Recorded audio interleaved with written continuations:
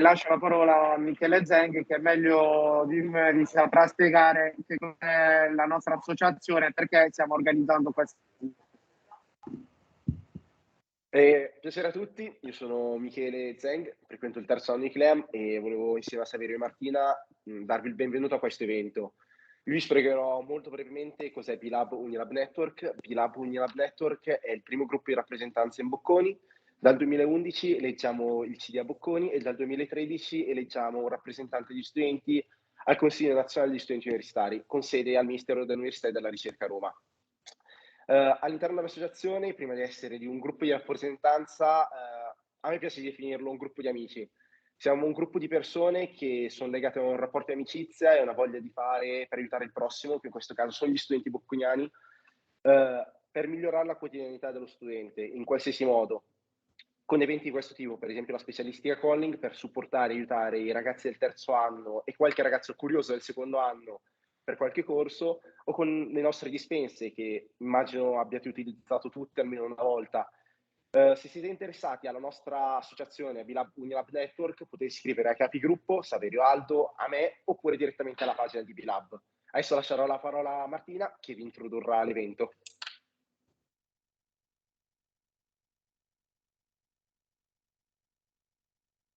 Sei muto, Marti.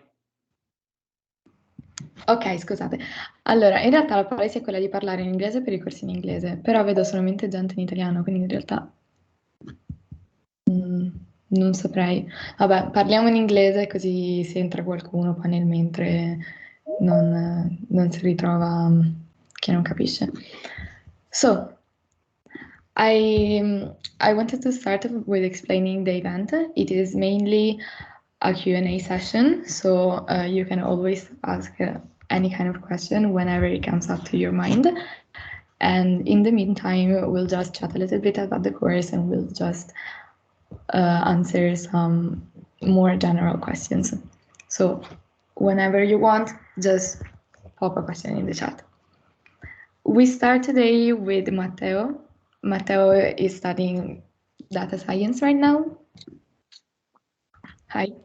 Yeah, hi everyone. I'm Matteo Lodi. I'm currently a first-year student at Data Science and Business Analytics. I did my bachelor here in Bocconi, where I did BMAX, so Economics Management and Computer Science. And so you can, for any question, you can like right now in the chat or even text me later on LinkedIn or Instagram or anything.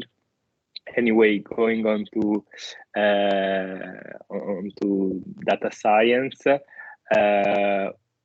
Personally, I think that there has to be made a huge distinction between those who did BMAX in their bachelor and those who didn't, because I think that this master, for those who already did BMAX, is not really the best one there is.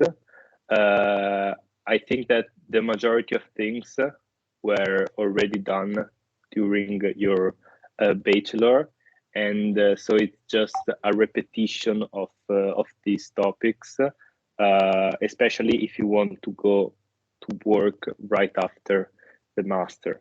Instead, if you're planning on doing a PhD afterwards, then maybe there is some room for you, because you obviously do things a bit more in depth with respect to what you did during your bachelor. The course has 2 tracks, which are data science and business analytics, where data science is a bit more theoretical, and it's let's say if you do that, then you're really well prepared for the PhD, whereas business analytics is a bit more practical, with a lot of group project and let's say hands-on project where you really experience what you will do in your future work.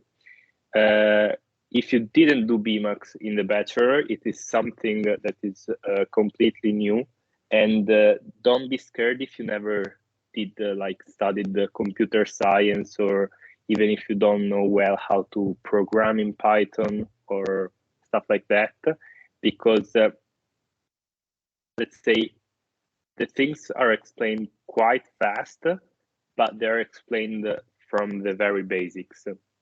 So if you're able to keep the pace, then you can do very, very well, even if you did a course like in Italian, like CLEAM or CLEF, that has nothing to do with data science. And I think that this master is, let's say, better tailored for those who didn't do BMAX in their bachelor.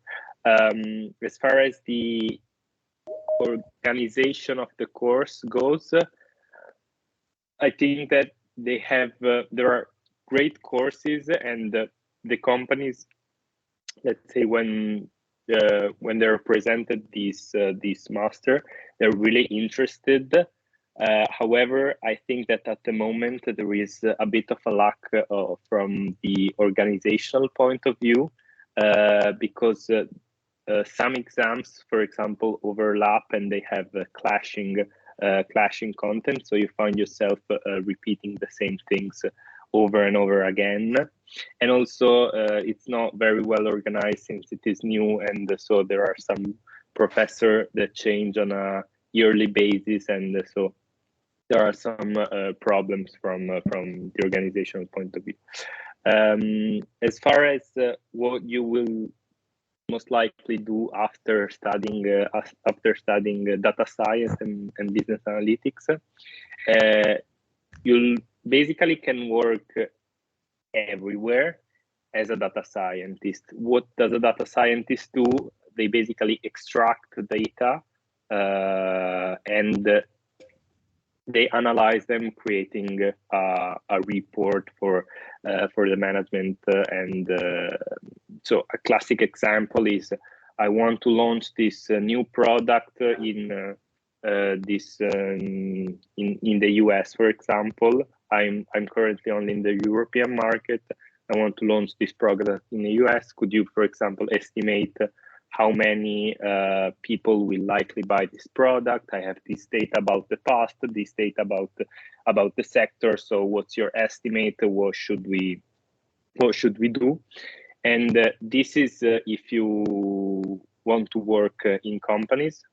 And another alternative where I see a lot of my co-workers go, and also myself, because I really like the sector, is finance. So, for example, a friend of mine will go to BlackRock this summer. I will go to Bank of America, and you can basically do the quant part in finance. So you can do something like algorithmic trading, or be a data scientist even in those companies, and or even do like the more research part. And I think that the last, let's say, sector you can tackle with this master is the tech sector. Obviously, there are many open positions, for example, at Meta with Facebook, or being a data scientist at Apple, Google, or Amazon. I have a friend of mine who has an offer, who worked at Amazon, and right now she's working at Bending Spoons, which is, let's say, tech world. And otherwise, what you can do is continue in the academia, so continue with a PhD, and basically you can keep on doing research for the academia. You can do research for companies, or you can just go and teach. And yeah, I would say that that's all about the career opportunities that you could have. Moving on to the exchange / double degree, we have that. No, nothing. I was just saying Okay. that it's something that really interests students. So go Yeah. keep on. About exchange and double degree, I think so. Currently, there are no double degrees program. I spoke with the director of our course, and she's saying she's working towards creating some double degrees opportunities. However, at the moment, it's very, very difficult because it's let's say they're quite unique courses in a certain sense. So it's difficult to find a master that is similar in terms of topics treated, and especially in terms of depth of topics. So, for example, there are some masters that are similar in LBS and LSE, and there is a new master right now at the HEC, which is not really only at HEC, because you do like the first year at Polytechnique and then the second year at HEC. So they're kind of new, a bit revolutionary courses. So it's not easy to find double degrees experiences. As far as the exchange goes, there are quite a few destinations. One of the most important destination for us is London Business School, which, however, only has one slot that is shared with international management, I think. And then there are many other alternatives. For example, a friend of mine is going in Manchester. There are many alternatives in the US, like Austin, or in Canada. Another friend of mine is going in Melbourne, I guess, or let's say in Australia. So there are alternatives all over the world. The universities are not good and not bad. Let's say they're quite average in terms of the rankings worldwide. And but then again, it's a problem related to the fact that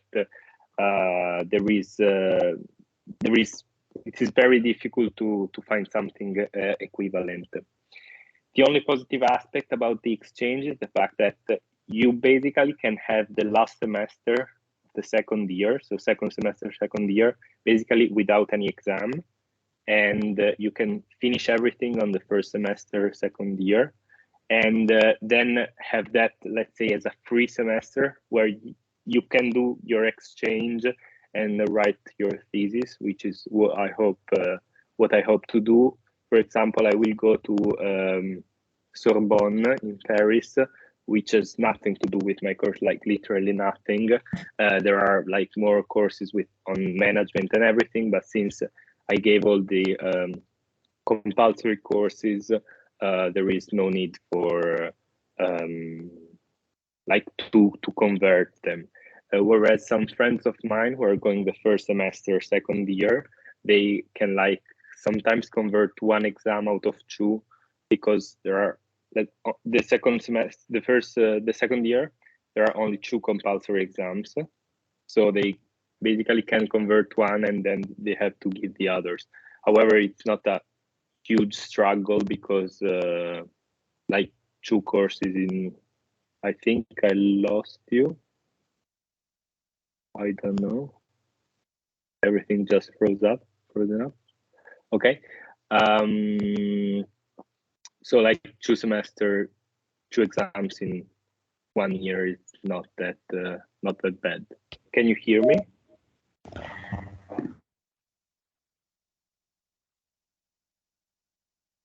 Sì, Matteo, penso sia Martina. Ah, okay. Noi ti sentiamo. Okay, now I see everything. I don't know why sometimes it happened.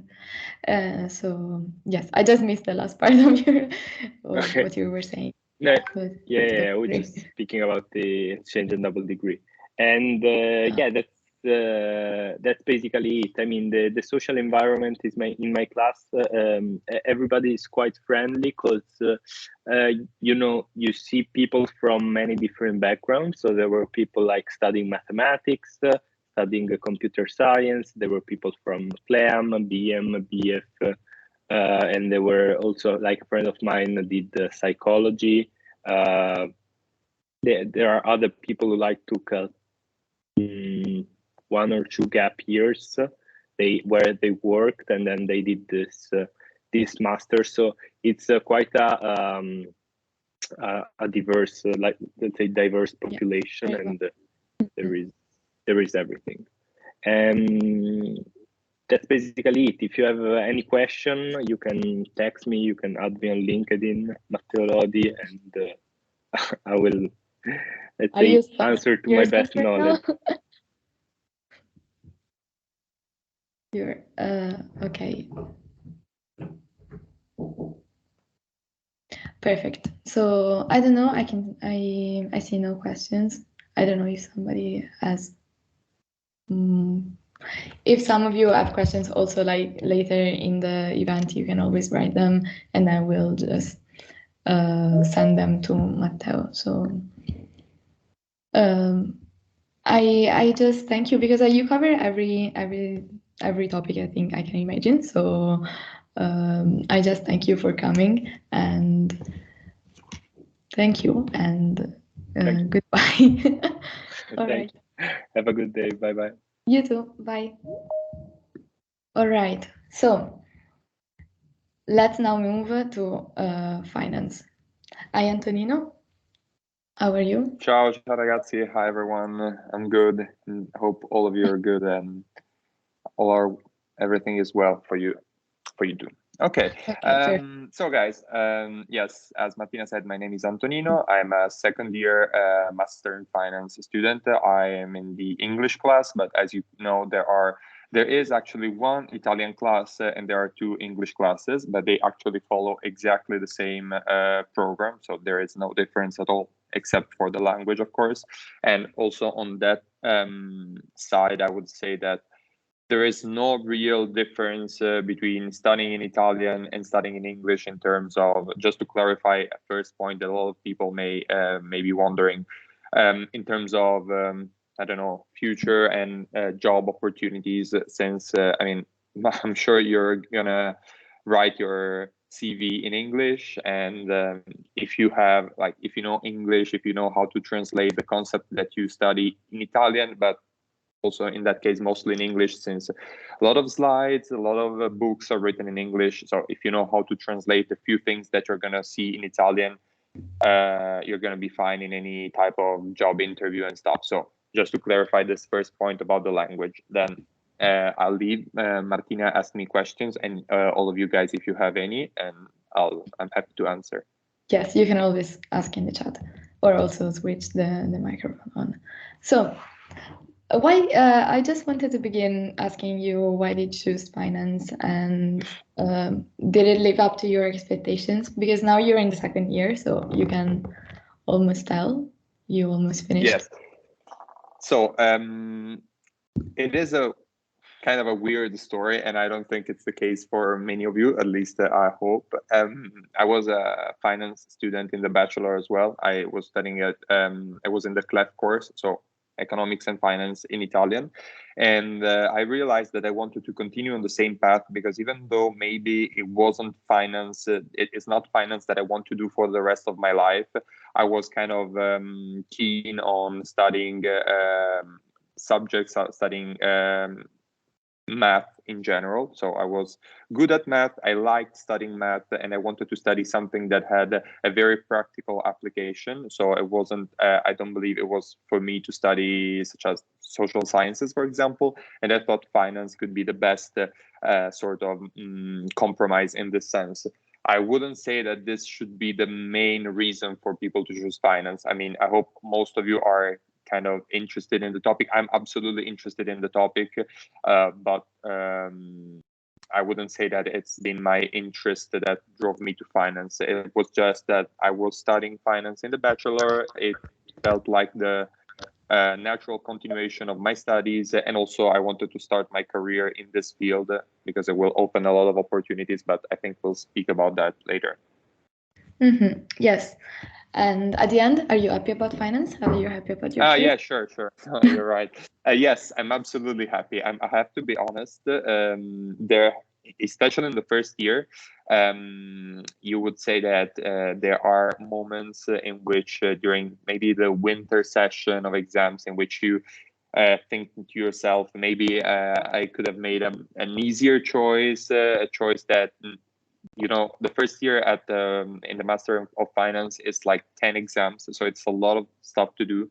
Not complicated stuff. I wouldn't say that it's impossible stuff, not rocket science at all. Absolutely any student from finance, but also from management at the bachelor can do that. But it's a lot of stuff. So you have to be able to like manage your time in the best way, also because you're gonna probably be doing some applications for internships. So there is a lot of things to do and very little time too, but I could enjoy myself, have free time all the time I wanted. It's not that I spent all my master life in my room studying or doing applications. Of course not. So I would absolutely do the same choice. And even though there have been difficult times, it is actually paying back. Okay, perfect. There's a question in the chat.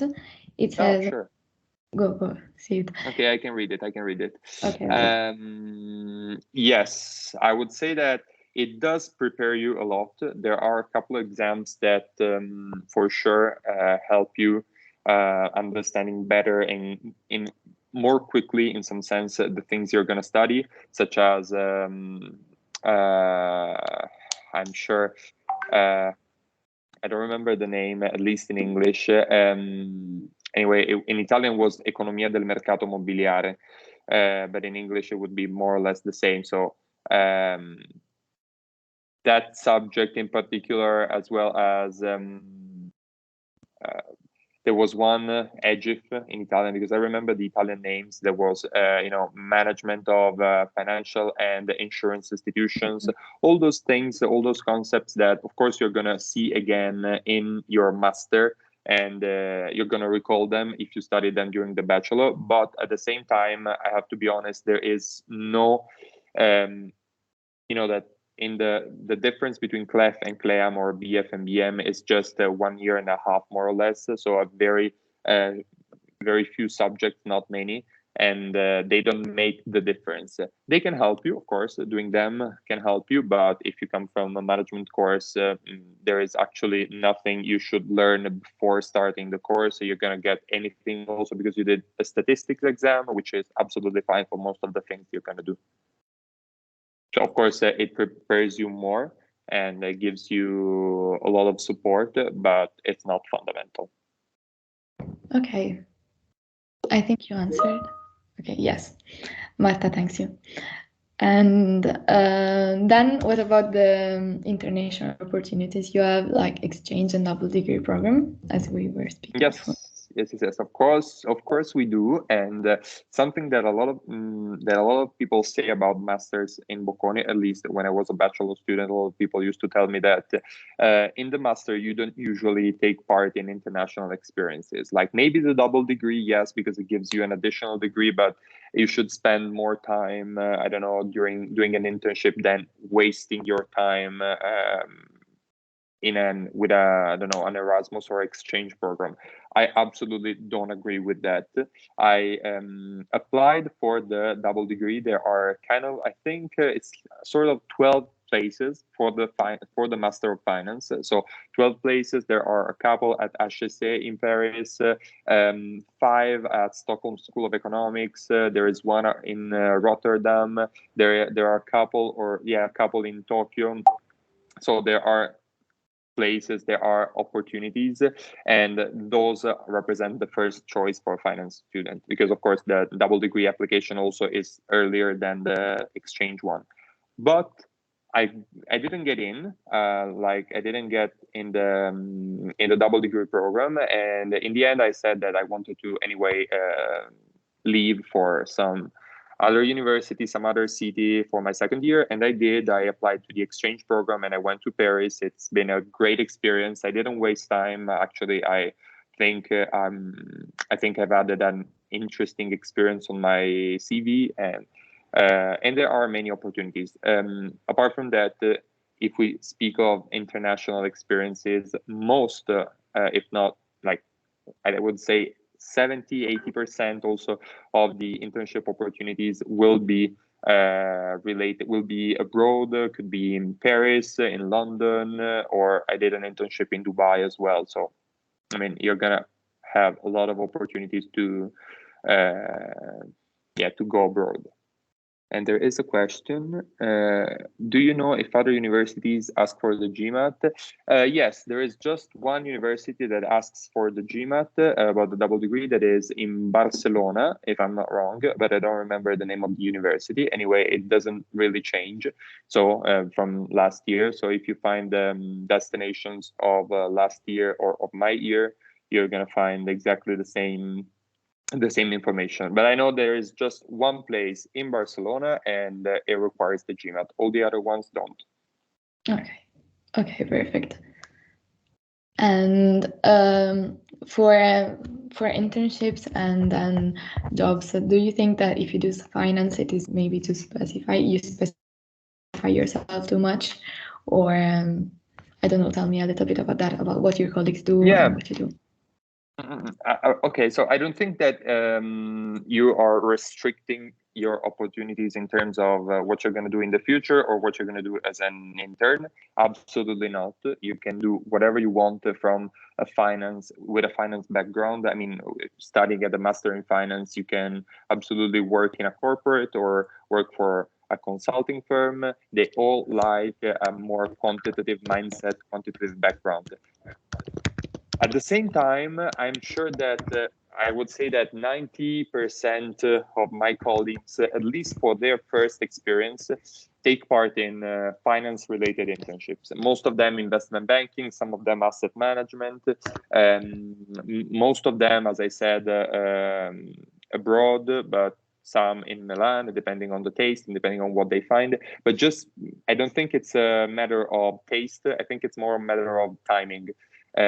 Finance applications, so the ones related to banking business, open in September. So also earlier, actually, also in August. So the first thing you're gonna do when you start your master will be doing applications. And therefore, you're gonna, most of the people find an internship opportunity in that period. And they start with that. Then like many of my friends, they had a banking internship and they didn't like it and they moved to something else. So as I said, there is you're not restricted to one field, not for the master in finance, not even if you do a master in finance and then a finance internship. You can absolutely use that as experience for other job field. The thing that I believe is that most of the people in this course do at least one finance related internship because you're also pushed to do that. You're gonna be willing to try. If you chose finance, you think you like finance at least. You try that, and then many people just change, but at least you try. And what about the competition? Do you think the competition in finance course is very high? Because like stereotypically, it is one of the. I think that the finance course is one of the courses that has the most stereotypes and like a lot of people say things about finance master that I don't believe are true. At least from my own experience, they haven't been true up to now, and I'm almost at the end. What I would say is that I didn't find what usually people say, that the environment is really competitive. It is competitive, but in a healthy way, in some sense. So people you're gonna be spending time in a class with people that maybe are gonna be, they're gonna be talking about internship applications and courses and how to deal with both things. As I said, the first part of the year, it's kind of busy following courses and internship applications. And so maybe many topics of conversation revolve around these things, but they are not, there is nothing like what people say, people being competitive in the sense that they don't support each other, they don't like share notes or they don't share useful information. Is absolutely an healthy way of competing. And I believe that it's also constructive in the sense that when you feel the healthy peer pressure in doing something. Of course, maybe it will drive you to do, I don't know, a finance internship when you're not a finance guy. I'm not a finance guy, for example. But at the same time, it allows you to, I don't know, to be pushed. It allows you to be always aware of what is going on around you. And therefore, I think it's useful. It's useful. And in the end, no experience is bad. No experience is useless. Anything you do is fine. And if the competitive environment in the course allows you to do more experiences, to look around more, then it's absolutely a good thing. One thing I didn't mention, I don't know if there are other questions, or you, Martina, have another question? No, I see no other questions in the chat, and also mine are finished. Okay. One thing I didn't mention is that is related to the course itself. These are all information that you can find on the website or asking anyone. The course is a very quantitative one. I mentioned before that most people start with an investment banking internship. And investment banking is, in the finance world, the least quantitative field possible. So it really revolves around very qualitative stuff. It's just company valuation, but that's all of it. You're not going to find derivatives in investment banking. The idea is that on the other side, if you want to do investment banking, sometimes the finance master at Bocconi is much more than it's required for such a professional career. You're going to do 2 econometrics exam, 2 derivatives exam. So it may be kind of overwhelming, and you could find yourself thinking, well, I could have done something simpler, and at the same time, I could have got where I wanted to go. There are masters abroad that they are shorter, or they are simpler in the sense that they are less quantitative. But I believe that if you have to do something, you should do it in the best way. I'm not a quantitative guy. As I said, I don't like derivatives. I don't like econometrics, but I believe that the things I studied will be useful to me, even though I'm not going to do that in my life, will be useful in some sense, at least for the mindset and the flexibility in that sense, to understand stuff that are not that qualitative, that are more quantitative. This is the first thing that I wanted to say. The second is related to the major. Finance. At the second year, you have 3 majors. One is called Financial and Insurance Institution Management. The other is Quantitative Finance and Asset Management. And the third is Corporate Advisory and Investment Banking. And you can understand what are the different souls of the course from these majors. There is one that is more quantitative. There is one that is more investment banking, so less quantitative, more M&A, private equity, these kind of things. Most people, at least those who take part in double degree or exchange program, just do the free track. So they don't follow any one of the major, because it really depends on what you want to do. It really depends on it's nothing special doing one major instead of the other, instead of the free track. This is the second thing that I wanted to say. I think that from my side, it's all. I mean, I don't know if I have any other fundamental thing that I wanted to mention, but you have my name, Antonino Di Lullo, which on Instagram is Nino Di Lullo, or you can just text the B-Lab Instagram page and they will give you my contact. So feel absolutely free to text me, and I'm happy to answer for any other question or doubt or anything. Yes. Okay, perfect. You've already said so I don't have to repeat it again. So I thank you for coming, Nino. Thank you. And thank you guys, and bye. Enjoy the rest of the event. Bye. Allora, ciao. Adesso parliamo di nuovo in italiano perché adesso stiamo parlando con Anna. Anna ha fatto finanza, però in italiano. Corretto. Esatto. Ciao a tutti. Mi presento, molto piacere di conoscervi, anche se non vi vedo. E niente, vi do un attimo di contesto. Io ho fatto CLEF in triennale, frequento ora il 2º anno del corso magistrale appunto in finanza in italiano. Non ho avuto esperienza all'estero, ho avuto esperienza all'estero in triennio non ho avuto esperienze recentemente, quindi double degree, né double degree né exchange di magistrale, e lavoro da settembre, quindi in realtà questo mio secondo anno è stato completamente in distance e più lavoro. Per quanto riguarda invece il primo anno è un po' la mia esperienza bias dal fatto che c'è stata appunto la frequenza online, le classi decimate, quindi insomma non un'esperienza full immersion, non una vera esperienza come quella che potreste vivere ora voi o vivrete, però... Quindi ecco, riguardo quello che è l'ambiente in classe, l'aspetto competitivo, cui si riferiva anche prima Antonino, è veramente un po' diversa la mia esperienza, però insomma, chiedetemi, ci sono. Allora, proprio su questo argomento tu non hai sentito particolare stress per la competizione?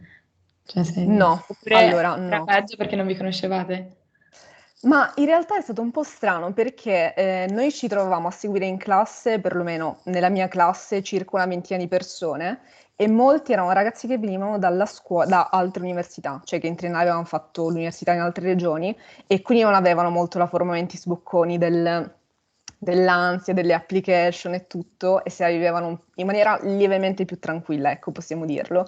E quindi si sentiva molto meno la competizione, perlomeno io sentivo molto meno questa competizione che invece forse era un po' di più al triennio, anche per questo, proprio perché mi trovavo principalmente con persone che non la vivevano in quel modo, ecco, la vivevano con più serenità. Ok, perfetto. Tu invece come mai hai scelto proprio di iscriverti a finanza e cioè, le tue aspettative si sono rivelate giuste oppure no? Allora, io ho continuato con il mio percorso in finanza, in magistrale, perché mi ero innamorata della parte di valuation, quindi di corporate finance, investment banking, e quindi volevo assolutamente continuare su questa strada, anche se vi confesso che in realtà per la parte di corporate finance, quindi valutazione di imprese, eccetera, il percorso più adatto addirittura sarebbe quello di FC, perlomeno da quello che mi raccontano e anche guardando un po' il piano studio, perché lì effettivamente si imparano ad approfondire bene i bilanci e tanti altri aspetti che sono molto più utili in quello che è il lavoro successivo dell'analisi d'azienda. Il percorso di finance, come diceva Antonino, finanza, è molto più quantitativo, cioè non è quantitativo ovviamente come un corso di S, però comunque ci sono materie come econometria e derivati che se si vuole lavorare nell'ambito corporate in realtà servono veramente a poco. Quindi sì, è bello avere un'infarinatura. Io personalmente sapevo che avrei fatto anche le materie che non mi sarebbero servite. Ero contenta di farle perché sono delle materie che comunque per i fatti tuoi non ti metti a studiare. Mentre un corso magari di valutazione, per i fatti tuoi, se studi management, te lo puoi approfondire perché ci sono tantissimi libri scritti anche in maniera molto chiara che ti permettono sia di prepararti per le interview che in generale per avere una tua conoscenza personale. Corsi di econometria o di derivati o di pricing, appunto degli strumenti di mercato, sono invece molto più complessi e quindi se non segui dei corsi all'università possibilmente perdi l'occasione proprio per conoscere quelle materie. Quindi vi dico, per l'aspetto corporate finance, io sono super felice di aver scelto il master in finanza, cioè la magistrale in finanza. Tornando indietro farei esattamente la stessa scelta, anche perché personalmente, vi ripeto, nonostante il corso di FC probabilmente fosse più indicato a me per l'approfondimento degli aspetti tributari, di bilancio, eccetera, non faceva impazzire. Invece finanza è molto molto forte per chi ha interesse a proseguire una carriera estremamente quantitativa, proprio in termini di approfondimento di econometria, derivati, ma più proprio in termini di pricing degli strumenti di mercato. Lì sì, lì effettivamente vale la pena fare finanza, anche perché su queste materie Bocconi ha un vantaggio competitivo immenso rispetto alle altre università europee perché ha appunto un corso magistrale di 2 anni che si può perfezionare con moltissimi opzionali molto vari, soprattutto tenuti da docenti che sono veramente dei numeri uno e che all'estero non si trovano. Mm-hmm. Ok, perfetto, sei stata molto convincente, quindi... Beh. Allora, non so, ti volevo chiedere, visto che tu hai parlato comunque di corporate finance, da un punto di vista di stage, di internship, quali sono i settori prevalenti in cui i tuoi colleghi riescono a trovare stage? Allora, prevalentemente siamo ambito corporate finance investment banking perché siamo comunque, cioè diciamolo, c'è un po' questa cosa che se fai finanza devi trovarti la internship in ambito investment banking, quindi possibilmente anche se magari non è la prima cosa che ti piace, si cerca comunque, non so perché, però in generale tutti cercano quasi tutti, molti cercano di trovare una internship in quell'ambito e alla fine, devo dire, tra le grandi banche di investimento, banche che esperienze insomma in banca qui sul territorio nazionale o in boutique, cioè nel boutique di financial advisory, molti ecco siamo distribuiti tra queste tre alternative, la maggior parte direi, mentre altri meno, sono più sul lato quantitativo, quindi o risk management o proprio derivatives, però sono meno, ecco, anche perché è più difficile trovare anche su JobGate, se andate a guardare, delle esperienze, delle offerte di stage in quest'ambito. Quindi principalmente vi direi corporate finance. Va bene, e invece ti faccio una domanda un po' diversa. Visto che Antonino comunque ci ha parlato molto di finance in inglese, secondo te c'è qualche differenza oppure cioè, tra farlo in inglese e in italiano oppure è uguale praticamente il corso? Allora, not gonna lie, io avevo messo come prima preferenza della magistrale finance in inglese. Sono entrata in italiano, non ho avuto il cuore di rischiare e riprovare, quindi mi è andata bene in italiano. Però vi dico onestamente, il vantaggio di studiare in italiano è che si fa forse meno difficoltà all'inizio ad abituarsi, perlomeno per me l'inglese non è mai stata non sono mai stata super fluente in inglese, quindi a me faceva anche comodo iniziare a studiare in italiano, continuare, soprattutto le materie più difficili come, ripeto, sempre le stesse econometrie e derivati, quindi all'inizio era anche un vantaggio se vogliamo. Qual è il punto? Che in realtà noi studiamo sui libri in inglese, quindi le materie più difficili, paradossalmente avevamo il contro che ci venivano spiegate in italiano e poi dovevamo andare a studiare in inglese. E anche gli esami, in realtà, gli esami in italiano erano una traduzione dell'esame scritto in inglese, quindi spesso ci capitava di dover leggere la versione in inglese del testo della domanda d'esame perché fosse più comprensibile rispetto a come era scritto il testo in italiano, che è paradossale. Un grande, esatto.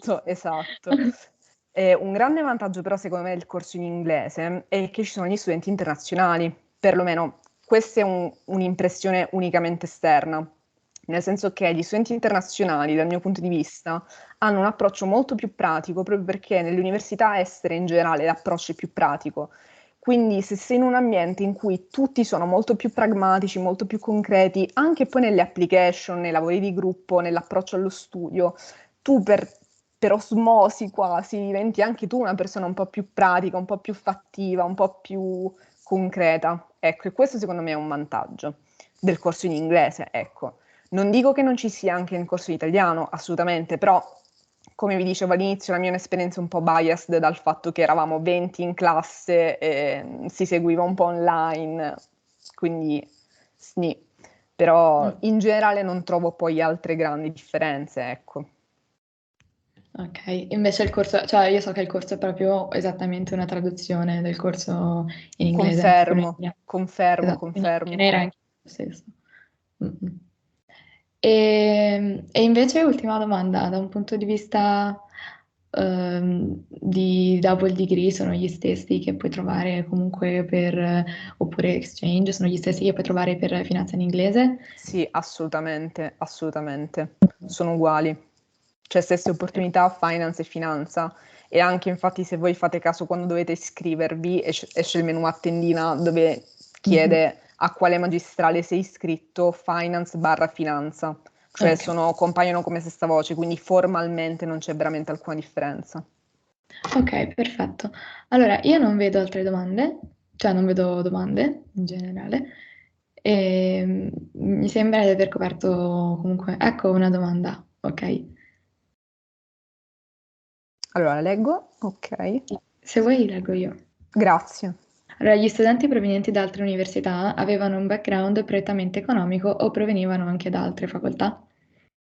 Allora, dei miei compagni un paio venivano anche da ingegneria, E all'inizio mi aspettavo avessero più difficoltà, ed effettivamente magari venendo a ingegneria non hai mai visto un bilancio, quindi hai più difficoltà in bilancio, però erano fortissimi su econometria, o in generale avevano una capacità loro personale di rielaborazione che gli consentiva poi di avere ottimi risultati anche su altri esami, mentre magari altri ragazzi che avevano fatto economia in triennale comunque si trovavano in difficoltà perché semplicemente avevano delle basi diverse.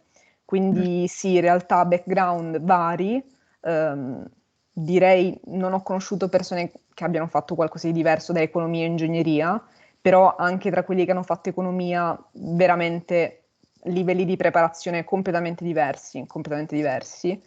Ciononostante vi confermo che avere una preparazione magari della triennale minore rispetto a quella che possiamo avere noi o altri ragazzi provenienti da altre università comunque non è un deterrente all'avere ottimi risultati agli esami o alle internship o in generale. Cioè comunque vi confermo che con tanto impegno si recupera.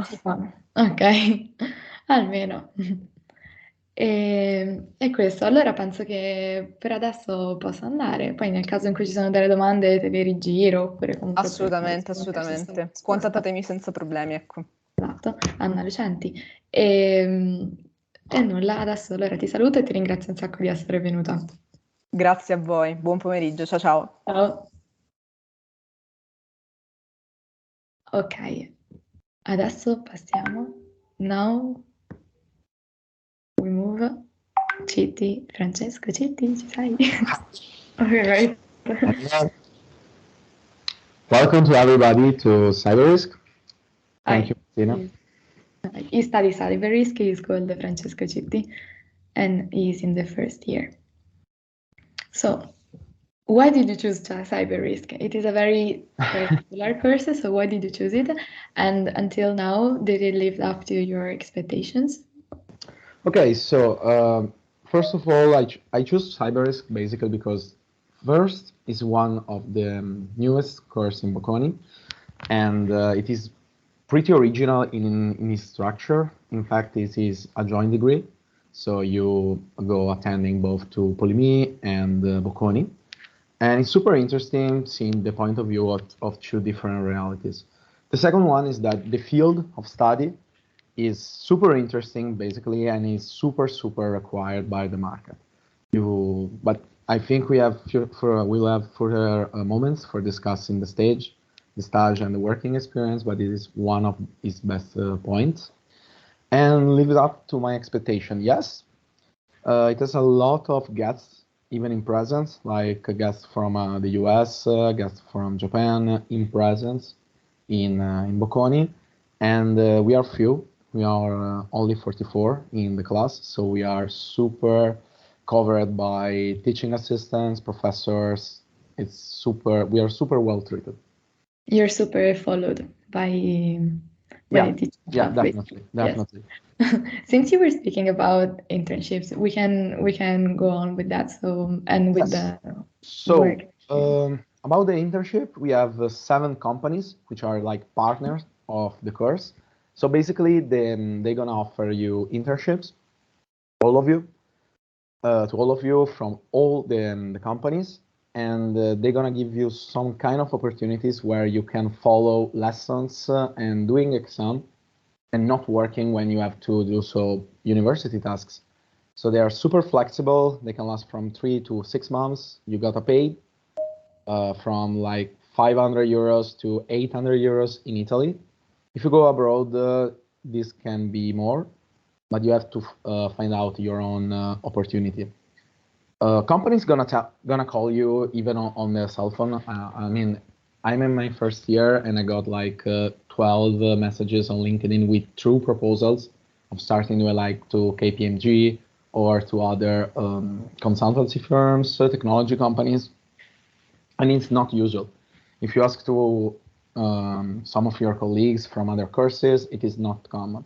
But companies gonna write you on LinkedIn, gonna call you saying, "Oh, I have a position for you. Are you interested in my company?" Normally, it's the opposite. Normally, it's the opposite, right? Yes. And I wanted to tell you what my director told us the first day of the course. She told basically, you already have a work, you already have a job, don't worry about it. Company's gonna call you. You have to do the right choices because you cannot accept everything. Because yeah, they're gonna give you a lot of money. We can talk about that later. And you're gonna have a lot of job positions, but they expect you to be on track. Companies don't have cyber risk specialists, and I want to make this clear. You're gonna become a manager. We are not IT people. We are not engineers. We are managers. We are like bridges between the IT side of a company and the financial side. I mean, IT speaks a language. The financial division speaks about in money terms, and we are like the bridges connecting these two positions, these two fields. And yeah, that's basically it. A lot of job, but you have to be on track. So focus on your study, attend lessons, because that's super important. I mean, in Polyme, you have labs, and it's like going back to the physics and the math classes of high school. So you have a lot of practice to do. You are followed. We start from zero, so don't worry about like having some skills. I mean, if you know Python, it helps, but we start from zero. And you just need to follow what the teacher gonna tell you. If you don't understand something, just ask, reach them by email, by phone numbers. We are so few, only 44. Mm-hmm. And does it create a different kind of environment from a normal class? Yes, for example, a student from the second year in her first year got really in touch with a professor because she was super interested in his subject. And this summer they went together to an hacking convention in the US. She was invited by him. They went together. She got met like Microsoft US, Google US, Facebook. And I mean, just talk with your professor. They are super happy to listen to you, to think together about some ideas, and yeah, to work together. And what about students? Like, is the competition a lot, or are people very bonded? So I will say there is not so much competition because we don't have a Gauss belt. I mean, our grades are not listed in a Gauss belt. Why? Because we are super requested by the market. We don't care so much about grades. I mean, they are pretty high, I would say, because everyone is so followed and so on. So exams are not really exams, at least on the Bocconi side. You have like 5 work project, group projects, and the exam. Sometimes I have an exam like next month. It will be weighted like 15% of my mark, so nothing.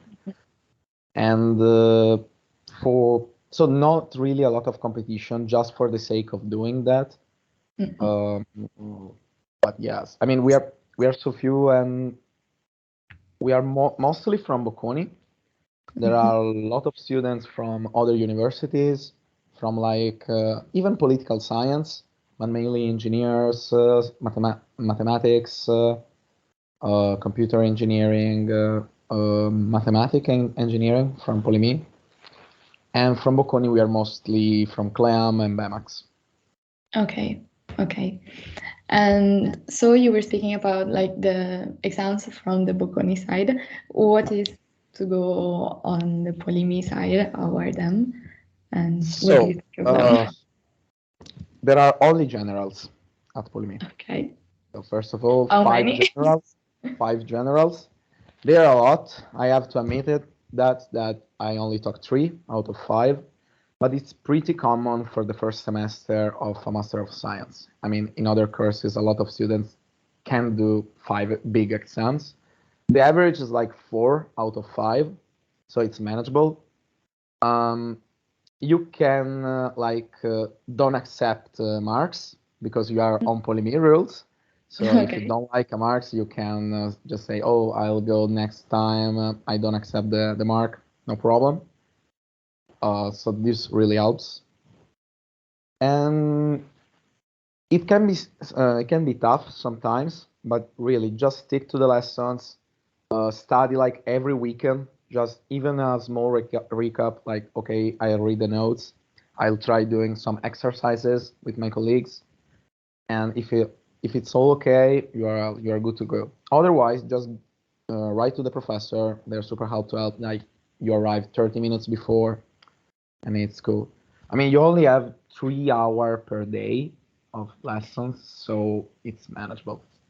All right. And I guess that since it is such a, like it is a joint degree, so since it is such a particular degree, you don't have lots of international experience like exchange and things like this, and maybe you're not even interested. What do you think of it? I mean, we are interested in doing exchange experiences, but the fact is that we are the first course of this type in the world. So every year, our professors look for other courses. Like this year, a PhD course has started in Harvard, but there are no Master of Science still. Okay. Yeah. Okay, so So no exchange, no international programs. You can do an internship. What? You can do an internship abroad if you want to go abroad. Yes. Sure. In this way, you can have an international experience. Yes. If you talk with companies, even if they call you from the Italian branch, you can ask for that. It's no problem. Okay. And I don't know. Does somebody has any questions? Because I see no questions in the chat. Chiti, we have 2 more minutes for you. So okay, there's a question. What about the CV and the motivation letter? Was it difficult to compile those? This is a really good question. In cyber risk, you get accepted mostly, and better. Our CV and motivational letter are super important because they want to find people interested in the subject. I mean, you don't have to know a lot of stuff before arriving. A little bit of Python is helping. You have to be comfortable with the CS exam, the computer science, and if you got the elective on advanced Python, it helps. Otherwise, just study a little bit on summer, follow the pre-courses, it's fine. For the CV, be yourself. If you have done volunteering activities, write it down. Don't write only the experience. Just write a couple of rows about what it is, why you like it, what you get, which skills you develop there. And on the motivational letter, just write why your figure, yourself, is fitting for the course. There can be a lot of reasons why. I mean, we have people from political science background. They are here for understanding cyber warfare. There are engineers people coming there for understanding like the dimension on the strategy of a security system. But for doing penetration testing. And economic people like myself, which are here for understanding how things work and how to implement effective cybersecurity strategies in a company with an eye on the cost side. So just be yourself. A page of motivational letter is good. Divided in paragraph. It is an English course, so follow the English form of dividing a text.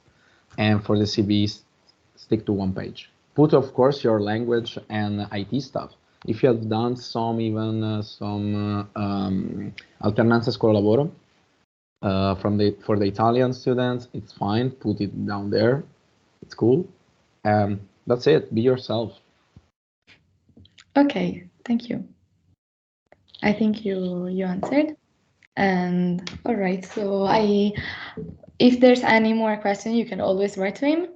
You find him on Instagram. And nothing. I just thank you for coming, for sharing your experience, and goodbye. Bye, guys. Goodbye. Have a good event. Bye-bye. Hi. Hi, good evening. Hi. Okay, now we move to Andrea, who is studying AFC in English. So, why did you choose your course, and are you happy with that until now? Yes, I would say that Personally speaking, I feel like I'm a special creator because I'm not from Bocconi. I did my bachelor's degree in my hometown, which is Udine, and then I decided to come to Bocconi for my master's. And to be honest, my first choice was finance, but the competition was too high for the Italian external students, and I didn't manage to get into it. And at the end, however, I feel like entering into AFC course, which was my second choice, it has been a plus because the competition, the environment is very friendly. All the people are very relaxed. I don't know why. Probably because it is also taught in English, so we have a lot of international people, and there is not that amount of competition that I don't know if it is a stereotype or not. It is taught to be in finance, and mostly, above all, I was interested in the corporate finance topic, and in AFC you cover almost only corporate finance topics. So above all, if you're interested, for example, in AB, in investment banking, or in private equity, I would say that the AFC course is much more suited than the finance course. And that's all. I will say that, however, at the end, the expectations, the reality has more than overcome the expectation. I feel really, really good. Yes. I'm happy for you for that. Yeah. Okay, and what about the exams? How do you find them? I would say that even talking with the people from Bocconi, from the bachelor in Bocconi, the exams are a little bit more difficult, but not in the sense that you have to study more. Yeah, you have to study more, but they are built to be normalized. They have some question, for example, the close-end question. There are some close-end questions which has no sense in some courses. They are just put it to make you fail because they ask you for some details that you will never study. Even if you study the subject for whole the year, you will never study that kind of stuff. But at the end of the day, I would say that, however, it is not that difficult. If you are good in your bachelor, if you are doing good in your bachelor, you will not have that amount of difficulty also in your master. Mm-hmm. And is it a lot about exams, or are there a lot of assignments and group projects? During the first, I'm in the first year. During the first semester, I would say that we had, I think, 3 assignments. That counts. One assignment counts for the 30% of the exam, and the other assignments count just for 20%. So I would say that it is mostly about exams. Okay. And do you have a lot of group projects or not? Yes, during this second semester, we are doing 2 courses, which has a lot of group projects because they are more managerial. For example, we are doing performance measurement and control system, which are the most managerial subject. And in this case, we have a lot of group projects, and it also counts for the 50% of the grade, if I'm not wrong. And this is all. Okay. And were those groups already assigned, or did you choose them? No, sorry, what? Were those groups assigned? Or Groups? No, you can. It depends. For example, for the performance and the measurement groups, you can choose your mates. And instead, during the first semester, for the group project of international accounting standards, the professor assign you your mate. So it depends. However, most of the times you can choose. So what about job experiences and internships? Where do you see your colleagues apply the most, and where do they? I would say that there are 4 major opportunities for those attending AFC.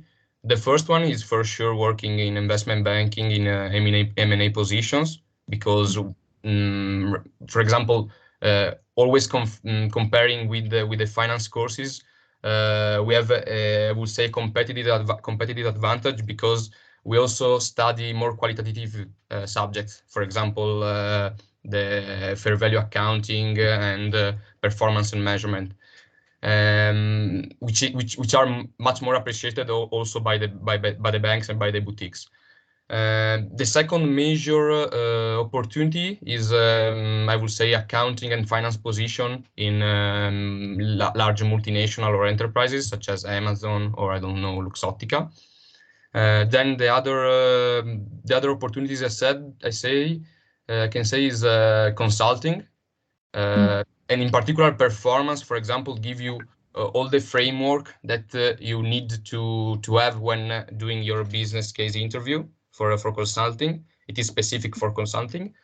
And then I would say private equity, but it is much more difficult to enter for your first internship in private equity. I don't know a lot of people that enter in private equity, to be honest.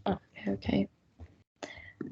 And what about the international experience? What about exchange and double degree? Yes. I don't really know a lot about the double degree because I didn't want to spend 1 year abroad. So I only know that we have 4 major target universities, which are Mannheim in Germany, Rotterdam, St. Gallen, and Cattolica. I know that you have to do. I think that it is the same for all the courses. You have to do the interview and write the motivational letter, but I don't know how it is, to be honest. Regarding the exchange, instead, personally speaking, I was really disappointed because my exchange experience was cancelled during my bachelor due to the COVID-19. So I wanted to go as far as possible, and I put all my universities outside of Europe. I put mostly in America and in Australia. At the end, I managed to get into San Diego, so I would say that it's quite good. I will suggest, this is the thing that I would like to say. I would suggest probably that if you are, I don't know, if you are undecided whether to choose AFC in English or AFC in Italian, I will go for AFC in English. Because during the first semester, I know that, but probably the AFC, I don't know who is going to talk about the AFC. Arianna then is going to talk about the Italian one. During the first semester, there is a course that it is really, really difficult in the Italian course. And a lot of people get very low marks. And this is really helpful for us of AFC English because this boosts your scores for the exchange. For the application for the exchange. Yeah. Oh my god. I haven't thought of it, but actually it's a very strange thing. And okay, yes, this thing really confused me. But okay. And for like the environment you found, you said everybody is very chill. So yes, I would say that mostly. To be honest, I have known mostly people from other universities that came from other universities that were external or international. But I would say that also the people that come from Bocconi are quite relaxed. I don't know. They tell me a lot about the fact that during the bachelor's there is a lot of competition in to enter the master. Mainly. Yes, to enter in the master and even to enter in the internship. I would say that probably during the master you are much more aware of what you want to do, and so you don't really feel a lot of competition. You think about yourself.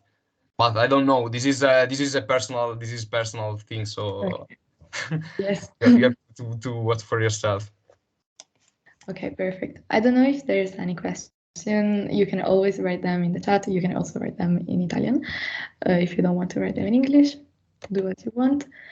And in the meantime, I think you can tell me a little bit more about your courses, or maybe Arianna is here, so maybe she can answer right now about what you were saying before about the Italian exam. Arianna, dimmi un po'.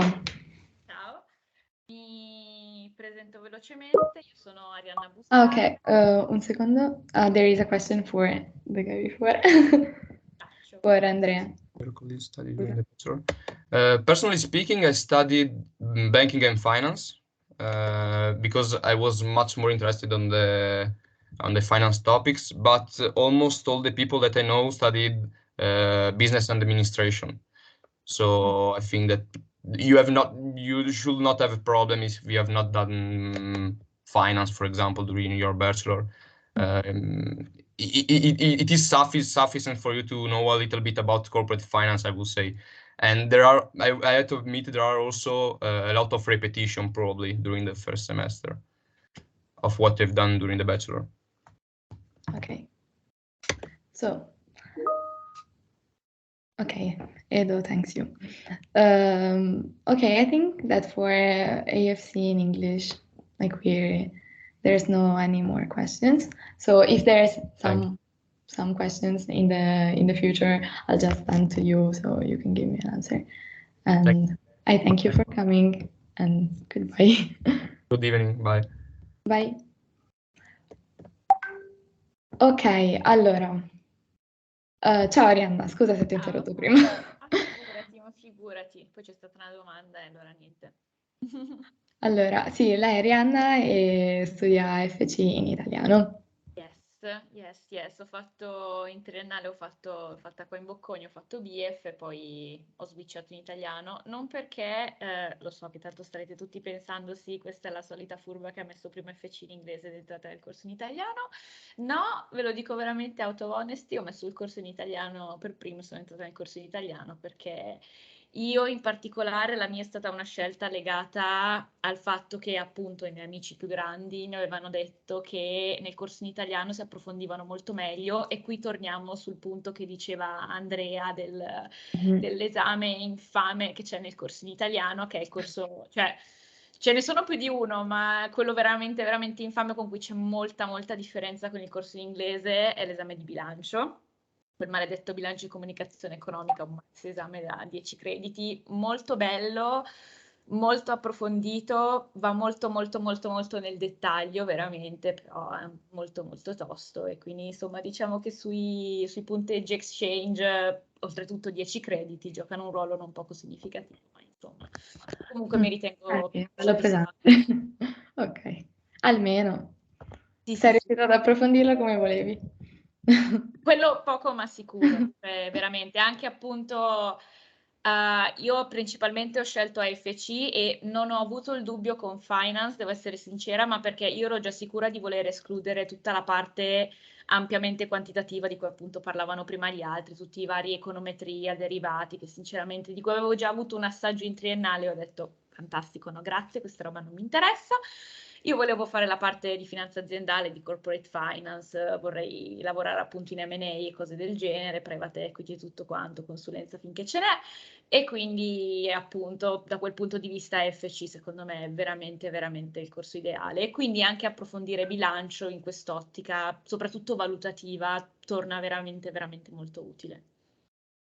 Perfetto, e quindi alla fine sei comunque rimasta abbastanza soddisfatta fino adesso? No, io del corso devo dire sono molto soddisfatta. Secondo me il livello dell'insegnamento è assolutamente soddisfacente, i professori sono veramente tutti molto validi, cioè davvero gente di livello a dir poco eccellente. Gli insegnamenti vanno, cioè non aspettatevi un corso, come dire, generalista, aspettatevi comunque un corso che nelle materie va molto ad approfondire, soprattutto sul piano teorico. Comunque, come dicevano, è vero, un insegnamento più di tipo qualitativo rispetto a finance, però comunque aspettatevi un livello di approfondimento molto elevato anche su materie come finanza aziendale dei mercati, come, cioè non solo appunto su bilancio, aspettatevi veramente un livello di approfondimento serio, però insomma è molto valuable perché poi ti accorgi anche ad esempio questo corso che sto facendo questo secondo semestre di fair value, valutazione, sono proprio cioè, genere di conoscenza, la domanda tecnica, il colloquio, che quando ti fanno la domanda sui multipli o ti fanno la domanda su questo scuola argomenti di valutazione, tu già solo facendo quell'esame lì hai la strada sicuramente spianata. Sono veramente soddisfatta. Perfetto, e allora a questo punto resto più o meno nell'argomento, ti chiedo quando i tuoi compagni e anche tu fate application, più o meno dove andate a mirare, dove vedi che ci sono la maggior parte di risposte positive dal punto di vista degli employer, quali sono i settori maggiori? Ma mi trovo molto d'accordo con quello che ha detto, tendenzialmente mi trovo d'accordo con quello che ha detto Andrea, nel senso che secondo me gli sbocchi principali sono investment banking, ma tutto il lato M&A, tutto il lato valutazione d'azienda, anche fondi di private equity. Io veramente sento di tanta gente invece che è andata a lavorare in fondi di private equity e boutique, diciamo, sempre riconducibili a questo ambito, quindi anche più il genere magari studio, boutique finanziaria, cose di questo tipo, anche magari grossi studi professionali più internazionali. Legato a questo il tema della consulenza, sia in Big Four sia appunto in altre realtà, ma Big Four oppure McKinsey di turno piuttosto che. E sicuramente anche poi, vabbè, ci sono sempre, anche questi sono una bella parte del corso, diciamo wannabe CFOs, quindi tutte le varie posizioni finance e accounting nelle aziende, però si tratta quasi sempre di grosse aziende, Amazon, Luxottica e appunto finché ce n'è che citavano già prima, e poi direi anche revisione. Cioè, insomma, soprattutto anche lì in Big Four attira tanta gente, per cui io menzionerei anche revisione, perché appunto chi fa il corso in italiano con bilancio lo sa. Esatto. E invece dal punto di vista di exchange e di double degree? I double degree sono gli stessi, cioè sono nel senso dal punto di vista dell'exchange e double degree, quindi le opportunità internazionali assolutamente identiche tra inglese e italiano. I double degree sono presso 4 università partner, dovrebbero essere la Nova a Lisbona, Mannheim in Germania, la St. Gallen in Svizzera e Rotterdam. Sì, sono proprio le stesse che ha detto Andrea, sono sì, le stesse. Nessuno dei due ha detto una cazzata, ottimo. No, vabbè, nel senso... No, perché tra i due era più probabile che fossi io, visto che non ho una gran memoria su queste cose. Anche perché io le avevo guardate a inizio anno, anche perché appunto le deadline per le application sono sfalsate rispetto all'exchange, nel senso che quella del DD è prima e oltretutto è molto più articolata come application, perché appunto devi registrare la video interview, c'è una questione di lettera motivazionale, di CV, cioè non solo appunto di, diciamo, academic record, per cui da quel punto di vista è più articolata, ci si deve organizzare un po' prima, anche perché i requisiti dell'università partner non sono sempre allineati. Mi sembra che ci sia una destinazione che richiede il GRE, ma non vorrei dire una cavolata, però comunque mi ricordo che c'era abbastanza disparità, per cui avevo guardato.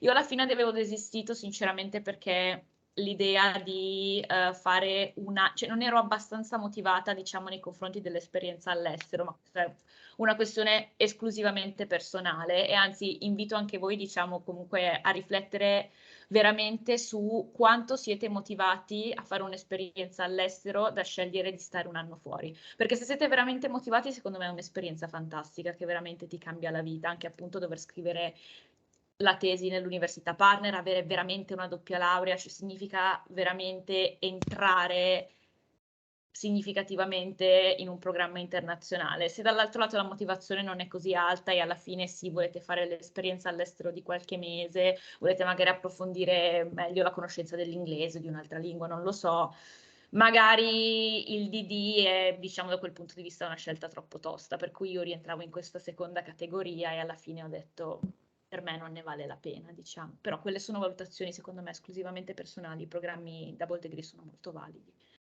Ok, sì, infatti, perché comunque ieri stavamo parlando, specialmente con chi fa management, che se scegli di fare un double degree stai rinunciando a fare un major e quindi... Esatto, per Esatto. AFC si pone esattamente lo stesso problema, nel senso che ci sono 4 major che sono finanza aziendale, che penso sarà quello che sceglierò io, amministrazione, programmazione e controllo, che è il corso di performance management che citava prima in inglese, in italiano, sistemi di programmazione e controllo, che è più managerial accounting, diciamo, un po' riprende il corso di PC in triennale per chi l'ha fatto.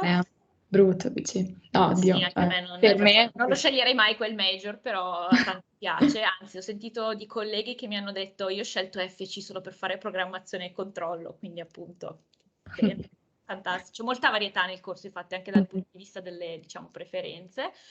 Poi cosa che c'è? Ne hanno aggiunto uno nuovo l'anno scorso che è tipo Data Analytics for Accounting, che mette un po' insieme, diciamo, la sfera dell'accounting con tutte le varie competenze di programmazione, cioè di programmazione proprio dal punto di vista di data science, corsi come Python, eccetera.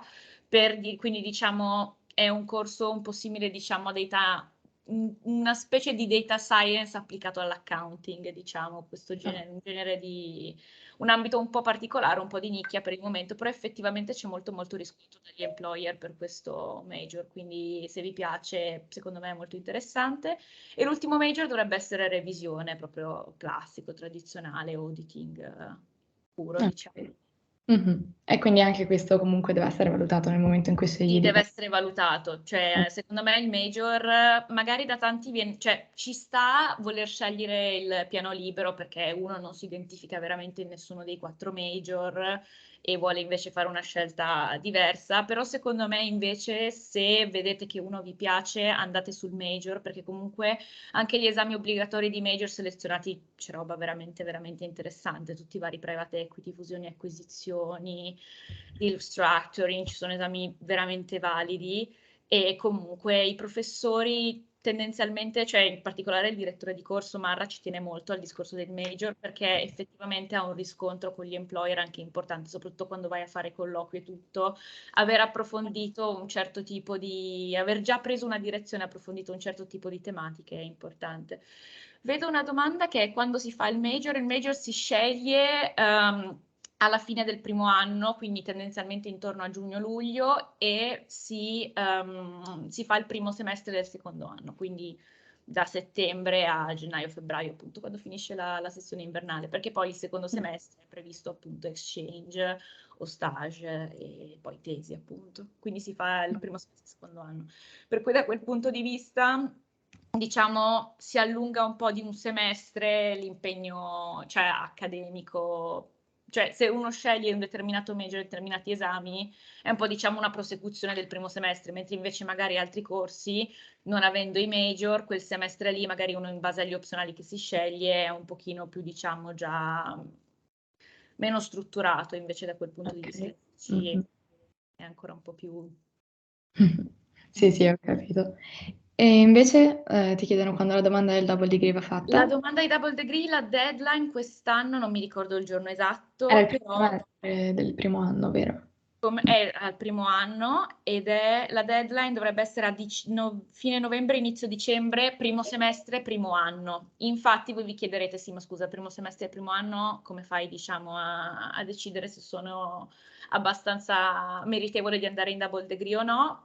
Diciamo che sostanzialmente la scelta degli studenti che entrano a double degree si basa per il 70% sul voto di laurea della triennale e per un restante 30% da tutto quello che viene definito come curriculum, quindi l'insieme di lettera motivazionale, stage, eventuali conoscenza di lingue straniere, eventuali altre esperienze che danno, diciamo, una visione più completa sul profilo dello studente, però comunque il 70% è il voto di laurea della triennale, per cui ci sta anche che la selezione sia, diciamo, relativamente presto, perché tanto non servono i voti della specialistica. Ok, e invece da un punto di vista, ti ringraziano tutti quanti ovviamente quelli a cui stai rispondendo, e, e ti volevo chiedere invece dal punto di vista della classe e dell'ambiente in classe. Andrea, prima che ha parlato del corso in inglese, ha detto che sono tutti molto rilassati, che è un bell'ambiente. Tu invece che dici? Allora, non lo definirei super rilassato. No, vabbè, nel senso, nei Molto limiti di una magistrale in Bocconi. Però direi, quello che posso dire, che mi sento di dire per il corso di italiano, è che la presenza comunque, e io appunto l'ho vissuto in prima persona perché tanti anche del mio gruppo di amici o di studio appunto hanno fatto la triennale non in Bocconi, la presenza di comunque un numero elevato, più di metà classe di studenti diciamo da altre università, quindi quelli che in Bocconi chiamiamo malamente gli esterni. Devo dire che dal punto di vista dell'ambiente secondo me aiuta molto, perché sì, ovviamente il corso è tosto, c'è questa maledetta gaussiana che impera su tutto e su tutti, è detta legge, quindi comunque la competizione inevitabilmente c'è, però devo dire che appunto avere realtà magari più diversificate, cioè non avere solo bocconiani che arrivano già sclerati dalla triennale, da BF come ho fatto io e tutto, secondo me aiuta molto. Cioè, l'ambiente mi sento comunque di dire che è molto positivo. E tu il passaggio triennale magistrale come l'hai vissuto? Visto che comunque... Allora, io secondo me, non lo so, forse sono arrivata con troppa arroganza dal BF dicendo ma sì, dai, se sono sopravvissuta alla triennale in finanza me la caverò bene anche in magistrale, è vero, però comunque il carico di studio cambia significativamente, almeno per quello che ho vissuto io. Cioè, ovviamente me l'avevano detto gli amici più grandi, guarda che c'è bilancio il primo semestre, guarda che c'è finanza, stai attenta che il primo semestre è tosto. Io sì, perché poi tanto non capisci finché non veramente ci sei dentro, però comunque il primo semestre, ma direi tutto il primo anno, è impegnativo, è veramente impegnativo.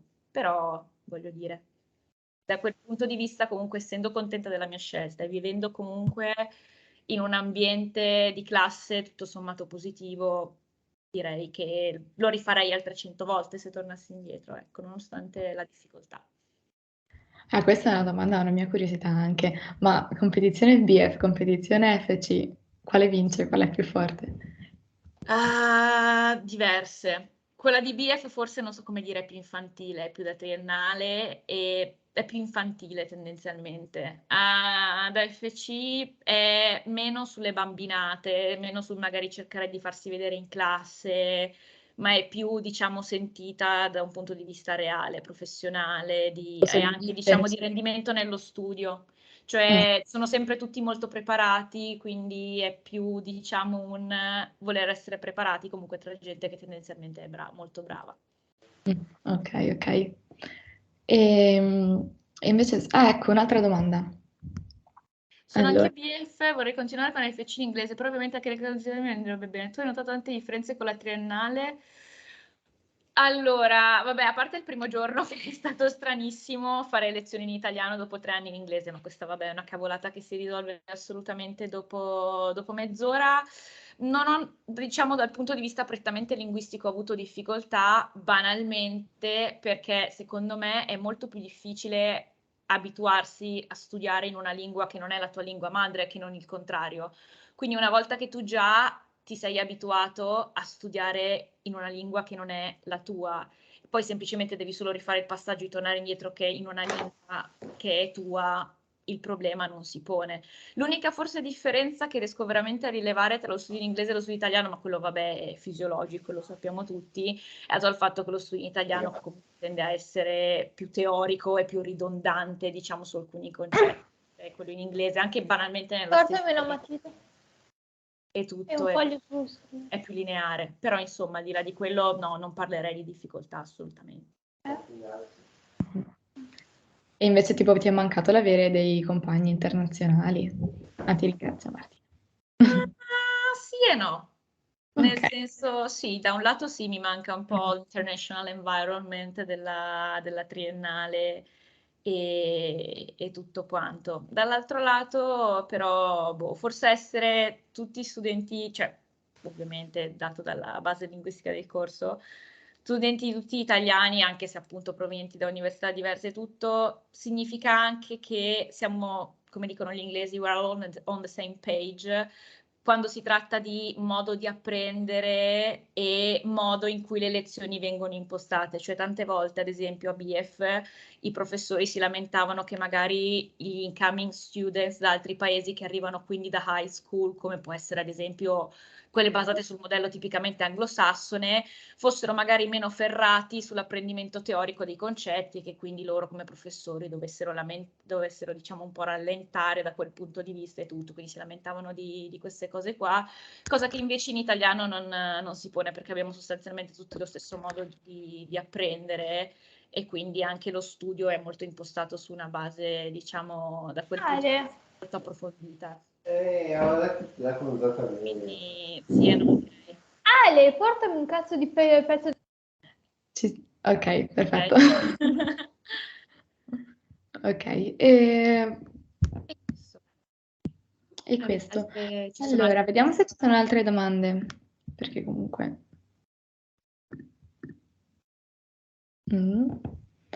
Sto vedendo intanto, anche se il ragazzo dopo è entrato perché prima non era entrato. Eccolo.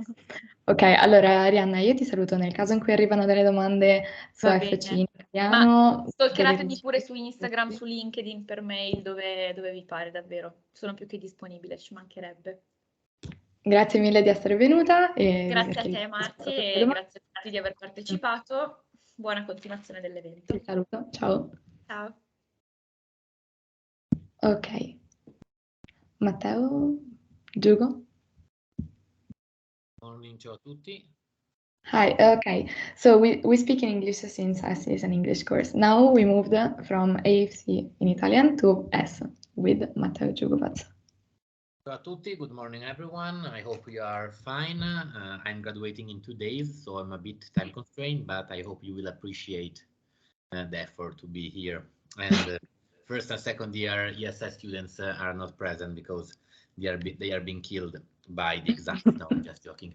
I mean, joking up to a certain point. So ESS, I think that if you, to put it in a nutshell, if you like a lot economics, or if you are very good, very good at math, you should definitely do S. If you do not fall in one of these two categories, think about it twice. So this is a bit the introduction to the course. May not sound nice, but so is S. So nobody will make you discounts. I start from the easiest category. If you like math very much, S is the course for you. You must do S because it gives you analytical tools which no other master course gives you in Bocconi. So if you really liked and were very good at math, stats, econometrics in the undergrad, I would really suggest you to do ESS because the preparation is, especially for the quantitative subjects, is very high level, and I would say PhD level in many cases.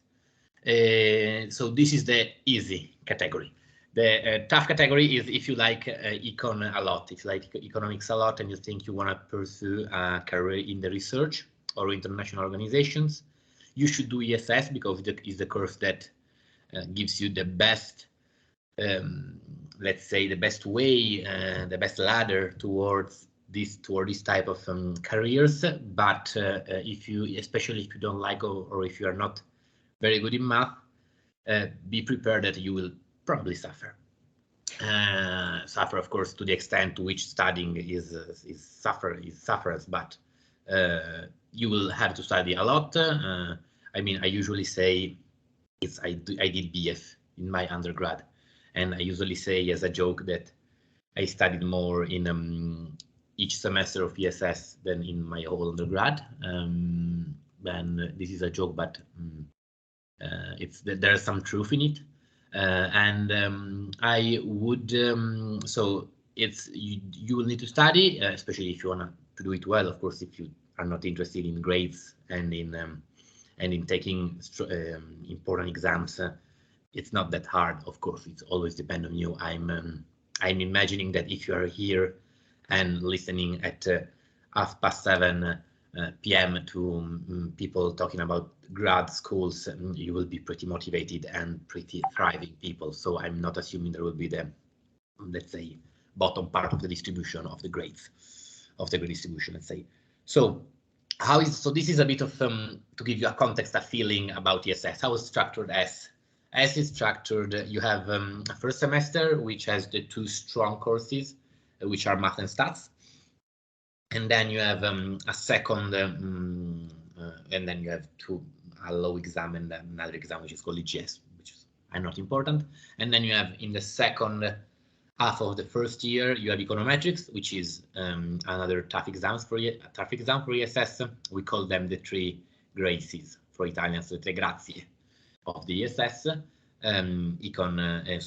math, stats, and econometrics. And then you, from the second semester onwards, also in the same semester, in the second semester, you start choosing the electives. ESS has a very open plan. I won't repeat it to you. Just I will just try to give you the feeling. You can choose some exams from the more general exams like game theory, political economy, development, etc., monetary economics, etc. Then other exams from two other groups, one for the more applied topics like microeconometrics, labor econ, etc. And then there's a third group, which is the residual one, from which which are the more journalistic exams. You build, you really build your pattern, because except for the initial exams I told you, the 4 in the first semester, and econometrics plus another exam in the second, which is again not very important, you really build your pattern. So you want to do a lot of microeconometrics, you do a lot of microeconometrics. You want to do macro theory, and you do a lot of macro theory, and you take all the exams. You can do PhD courses while enrolled in ESS. I took some, and they are very useful to understand also then how it looks like after the grad school, to be still a student and to be a PhD, to be enrolled in a PhD. So this is a bit the idea. Closing and then leading to questions if there are any. I told you a bit what is going into ESS, so you should be motivated. You should know that you will study a lot of math.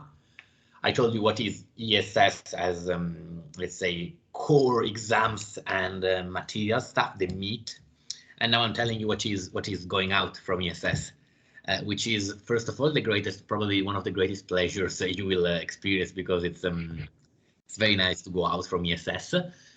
But then what you will likely do is working, either or you go working like management, other management students in. You go to BCG, you go to Citi, you go to banks, to consultancy, and you just rock them all, because you have very strong analytical tools. So you usually are much more prepared to manage data than data and to a type of reasoning which is very useful, especially in consulting firms. But this is the standard pattern you can do also from IFC, from IM, etc., etc., from intention management, etc., etc. But if the peculiar path for ESS is instead the one in research, you will likely, if you do ESS, if you attend ESS and then wanted to stick to be a very strict ESS guy or lad, you will probably work in research. You will do the research assistant, and either you will go to work for some international organizations like World Bank, like IMF, EBRD, Asian Development Bank, etc., etc., etc., or for some big ONG like BRAC, like JPAL, or institution of research like JPAL, or this is if you want to do the more organizational internationalization part, or you will continue your career performing a PhD, and so keeping on studying, learning, and wanting to pursue a career in the research. A PhD is, let's say, something very required. Also, if you want to do this is if you have a question about this, ask me later. It's also very required if you want to pursue, let's say, careers of higher level in some organization, institution, etc. It's strongly recommended, let's say. And the ESS is, I would say, almost the unique course which prepares well for that type of pattern. So this is a bit what I had to say on ESS. I don't know if you have, I think it's better if we use the last 5 minutes in taking questions. Okay, there's one question. Filippo Gambielli, right? Mm-hmm, exactly. Okay, do you think that the math background? So you do a lot of math in Big, indeed. I found out. I don't think that any of undergrad backgrounds in Bocconi is enough to do S, except for the best one, the BSS, because I came from BF and my background was completely insufficient. This is not. I mean, I passed all the exams. I passed them. Some of them well, some of them less well, but I survived them, so you can catch up. But so I don't know very well the big background, but I would say that you will need to study a bit more than your colleagues from best, especially for statistics and econometrics, because that's while math is difficult for anybody, statistics and econometrics are tougher, are more tough. Let's say are tougher for people not coming from best. So I hope it's not a great answer, but again, it is what it is, like ESS. You need to be really motivated. He thanks you.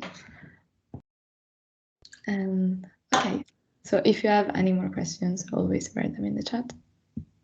Let's wait a little bit.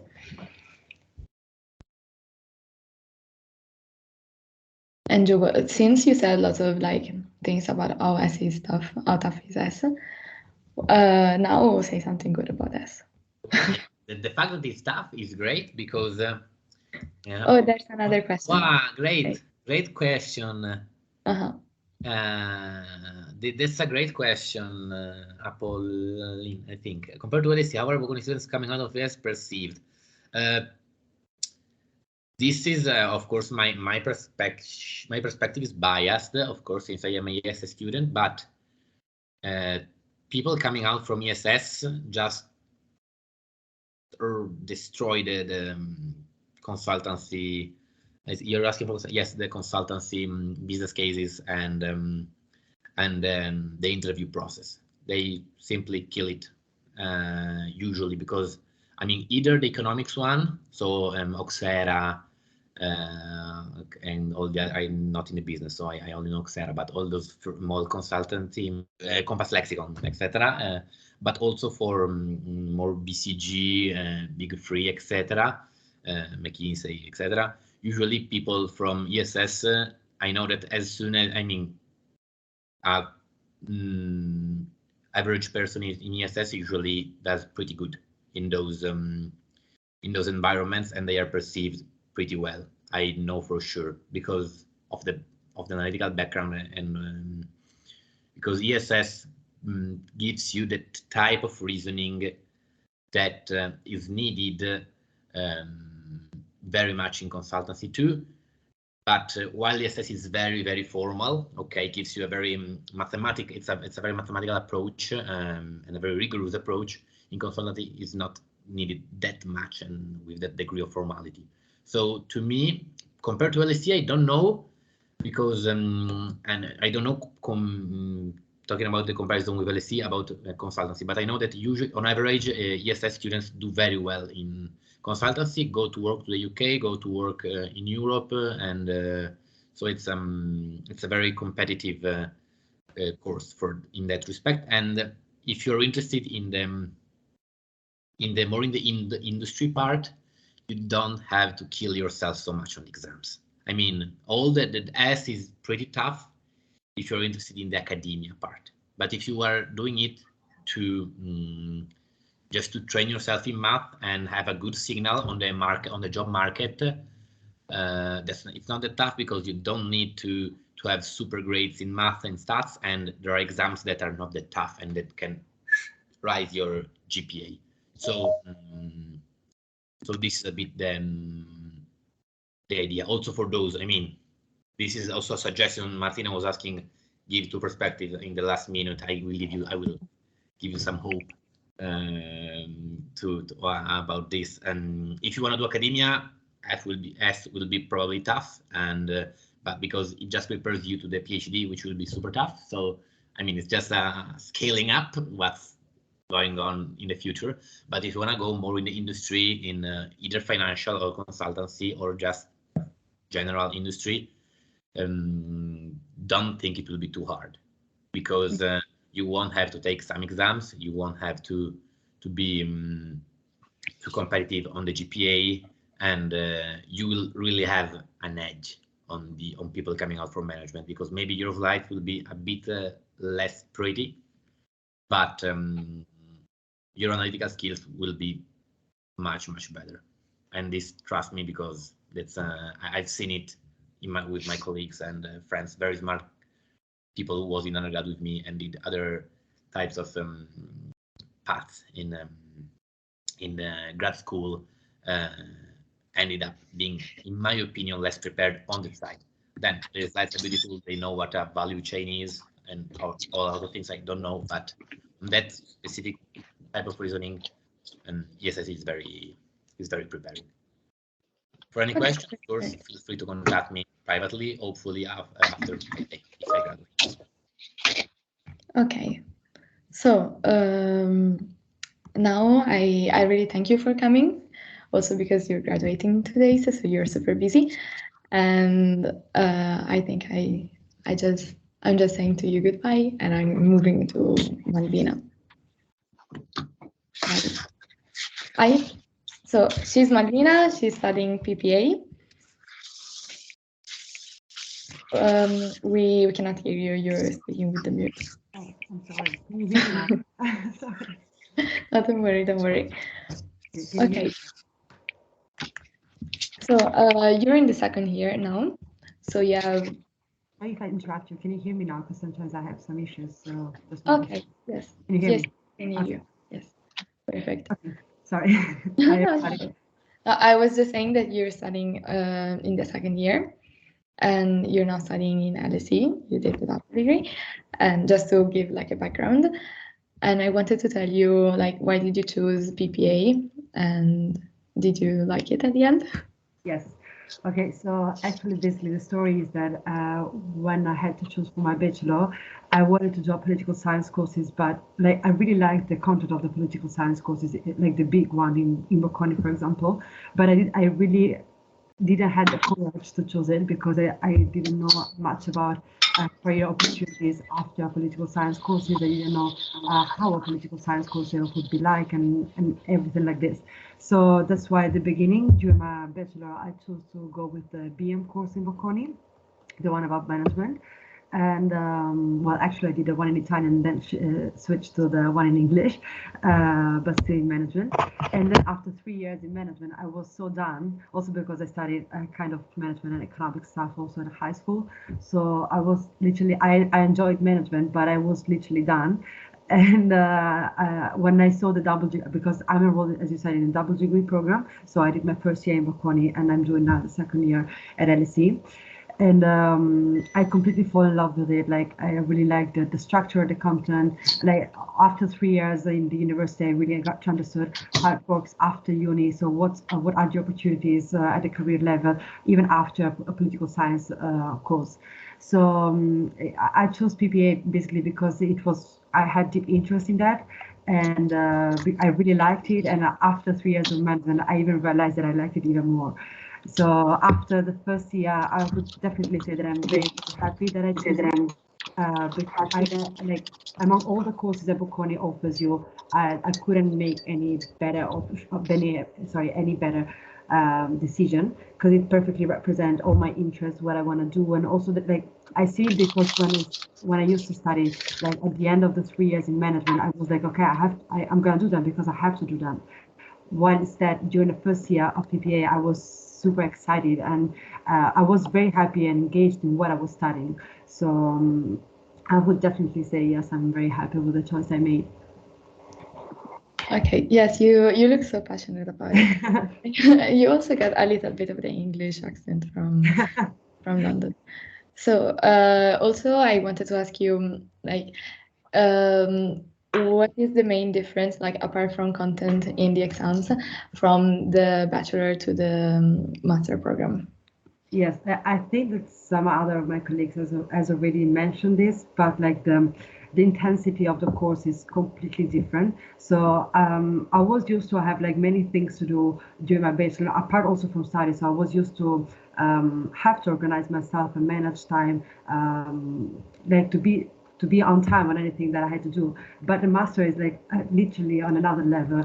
Like I think that all of the people have already said that you have plenty of good projects, but it's different from the bachelor because, like in the master, like at least in PPA, you have all the people doing that. Like nobody forced you to do that. Neither in the bachelor, but I mean it's different when you decide to do a master program because you literally you decide you could stop after the bachelor. So if you do a master program, it's because you want to do it.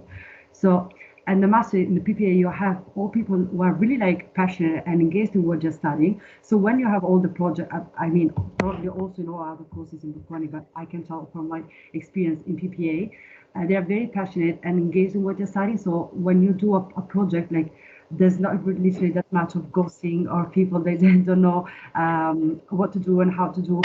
Obviously, even if you don't know properly how to do something, you're gonna learn like with your group. So differences from bachelor to master is mainly the structure of the course and how like if you switch from an Italian to an English course, there are way more differences because which I felt when I switched from AM to BM, for example, which are the Italian to the English course in management, because the way of learning things, the way of teaching and studying is completely different. But even if you change from an English course in the bachelor to a master instead, the main difference is about how you structure your own work and also how the things are taught to you. In the sense they are way more like not just theory based, but also so that you learn things that you know how to apply them in reality. So that is also why we have so many group projects, because what you learn you also need to assimilate it and know how to use it in the future in any what case scenario you may find yourself in.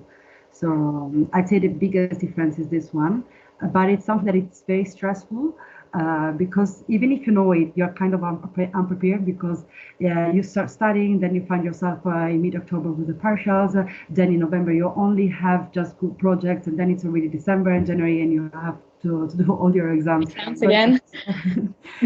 The term is super fast, and even if you already know it's like it's gonna be kind of I don't want to say cultural shock. How do you say that? Like it's gonna be first shock, unexpected. Like you still have to figure out how to manage with all of that.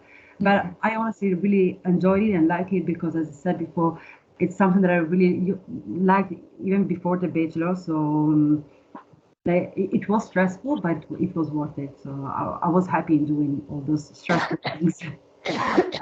Okay, and what are the main industries and sector where you can go working after majority of my colleagues, so for example, look for international organizations, obviously, so anything related to World Bank, OECD, or European Union itself, so Commission, Council, banks. Obviously, it's like with respect to the course, the ESS that Djugovac was talking about before, it's not that quantitative.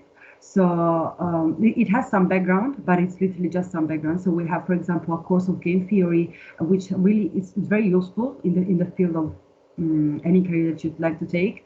But it's just a course, for example. Or also we have a method course, which helps you in understanding how to do research. Somebody has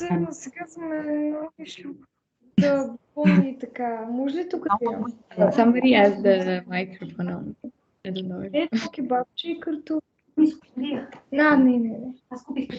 Okay, wait a moment. Sorry. Okay. So it's not that quantitative, it just gives you some back. Like at the beginning, I was kind of scared of the quantitative aspect because I would have also liked to do EWS, but actually I had honestly no competence in math to do that. And I also like more the also qualitative aspect of the PPA course. So I'd say that it's a very good match of quantitative skills and qualitative skills.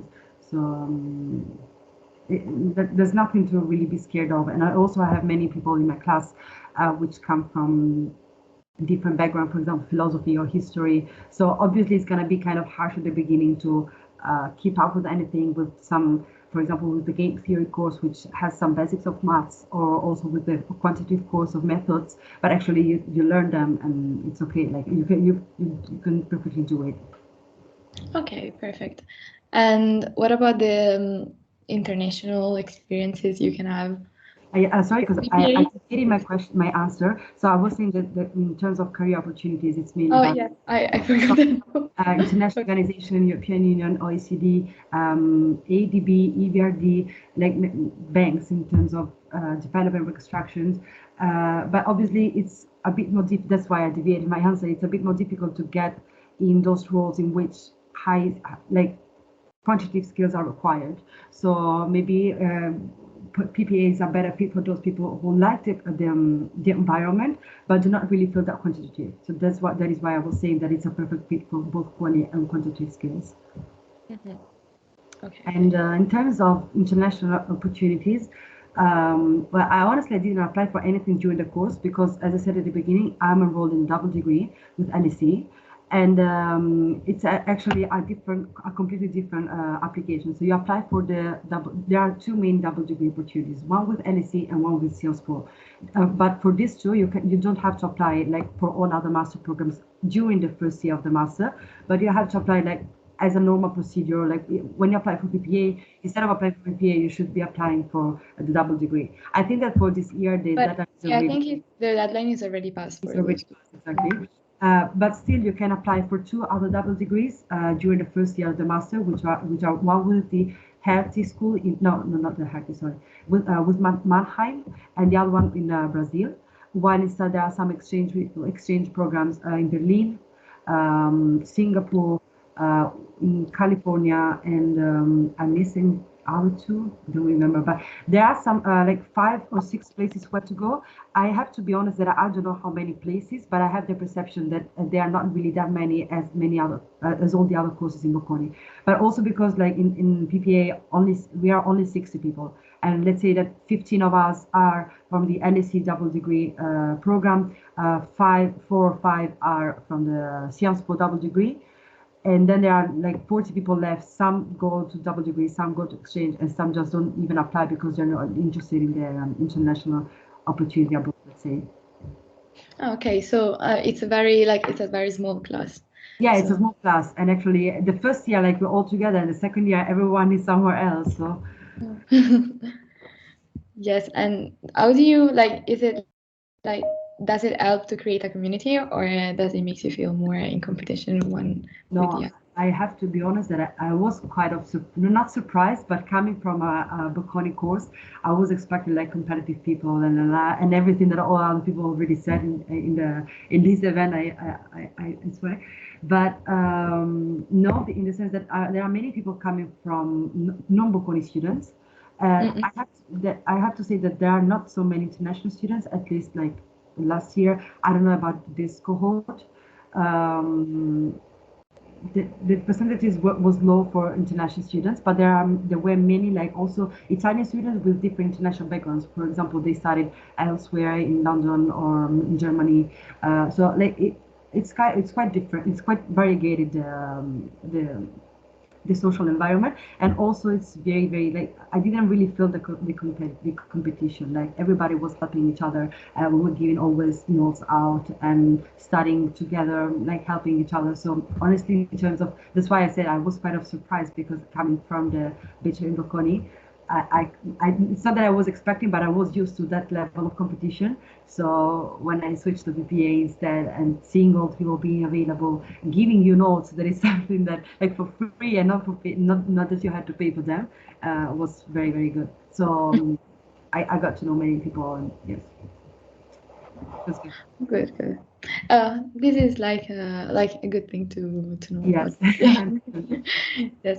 I don't know if there are some questions. If you have them, as always, you can write them in the chat. And just drop me a text anywhere. Would you like? Yes, or you can write to Malvina after. Yeah. So like if you have now, please just go ahead, and I'm happy to answer. If not, okay, there's already Alan for next. Okay. Yes. He switched on the camera. Hi. Hey, Malvi. I think there are no questions. No, I think there's no question. So I think no, I think there is no. Okay. Okay, nice. No, this one was for yes. Yeah. Before. Okay. So thank you for coming. Thank you very much, and have a and good luck with it. Bye. Bye. Ciao, Malvi. Okay. Hi, Ale. Okay. Is Alessandro Izzo? Hi, yeah, I'm Alessandro Izzo, and first year GIO, and feel free to ask and whatever, and yeah. Yes, if you have questions, you can always ask them in the chat, and or switching on the microphone. And in the meantime, while we wait for your questions, we can also like chat a little bit about the course. Sure. So why did you choose GIO? Okay.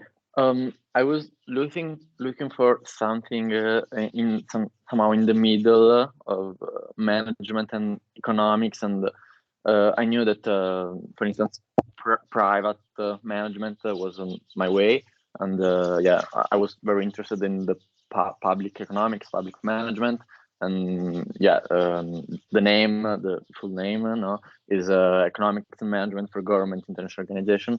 So if you like the public management course or public finance courses like that, yeah, it could be, you should consider at least this course, this program, or PPA or ESS, and yeah, that this was what I expected, and yeah, then what I found is it's in line. I mean, the majority of the courses are about management, so don't expect so much quantitative courses, so many quantitative courses or politics courses. Yeah, you have. Actually, it's very flexible, but it's a characteristic of all the masters in program in Bocconi. You have typically the first year more structured, then you can choose. But yeah, you have just a few courses about politics or something, things like that, and but the core is management economics, but tuned and declined for the public. Yeah, that's in few words. Yeah, what yes, GIO I think you gave a good image of the course, and are you happy with that? Are you satisfied, or there's things you expected that you didn't found, or something different? Yeah, yeah. I mean, it's very practical. So yeah, you have many opportunities to learn how to deliver practical issues and problems and tasks. It's not so theoretical like other courses, like again PPA or ESS, that probably are more somehow academic or yeah, the theory, and yeah, you have also good you have good tools in quantitative instruments, tools, and theoretical part that of course is necessary. And again, you can structure your path, your program in many different ways. The very interesting and the added value is the interesting thing, and the added value of this course, in my opinion, are the majors. For instance, healthcare, that was one of my field of interest, is very well done, and also the research center in Bocconi de Cercas is one of the best in Europe, at least. And so the measure in healthcare, for instance, is very, or also the measure in sustainability with the Green Center of Research. Yeah, if a student is interested in this kind of topic of fields, both, and also for private. I mean, many students. Okay, probably it's a topic that you were going to ask me later about the internship and the work. In fact, there's a question right now in the chat from Daniele. He says, "What are the job opportunities of GIO?" What? GIO. What are the job opportunities? The double degree? No, the job opportunities. Can you listen to me? No, can you hear me? Like the job opportunity. No. Job opportunity. Okay. Okay, no, don't worry. Yeah, actually, it's very broad because yeah, you have all the public sector, so public administration. You have also development banks, World Bank, European Bank for Reconstruction and Development, OECD. Many students from GIO go to OECD, but actually we are very required by consultancy firms, and yeah, because now with the, for instance, Piano Nazionale Resilienza, the PNRR and the Next Generation EU, also the private sector need the lobbying activities and business government relations. We can say it like that, yeah.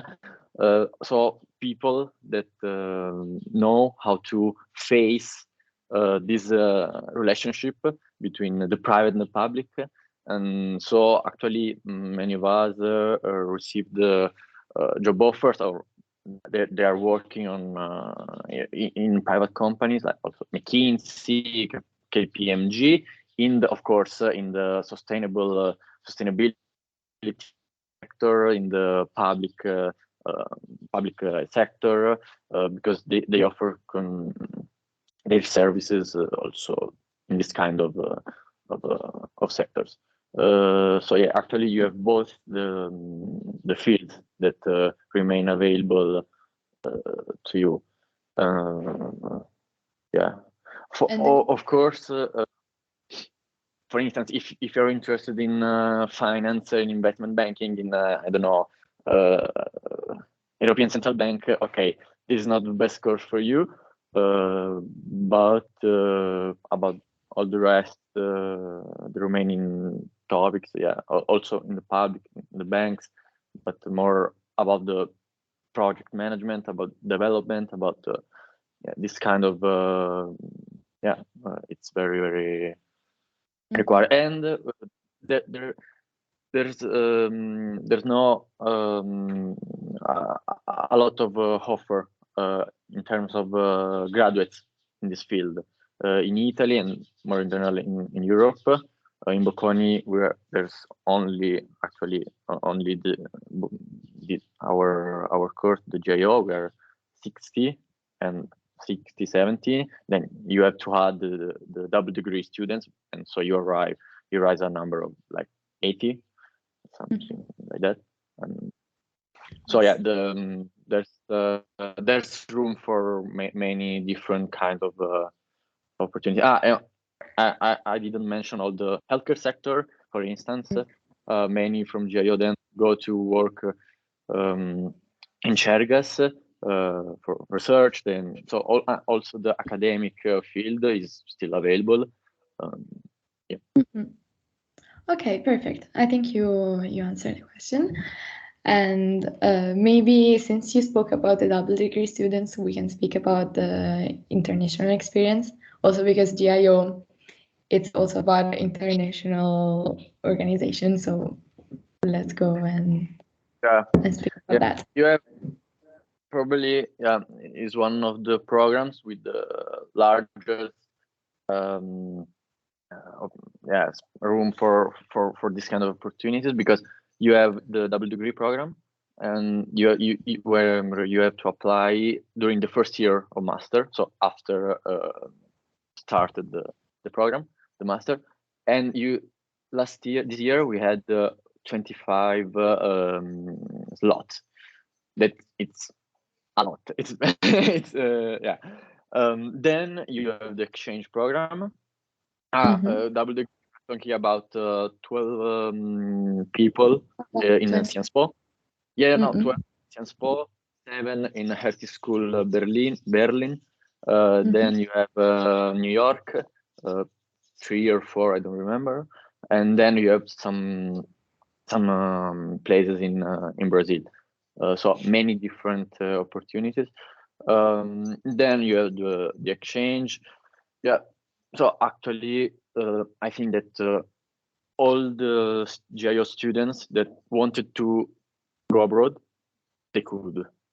Because like 25 spots are a lot, also comparing to the other courses. Yeah, in double degree. Then you have the exchange, exactly.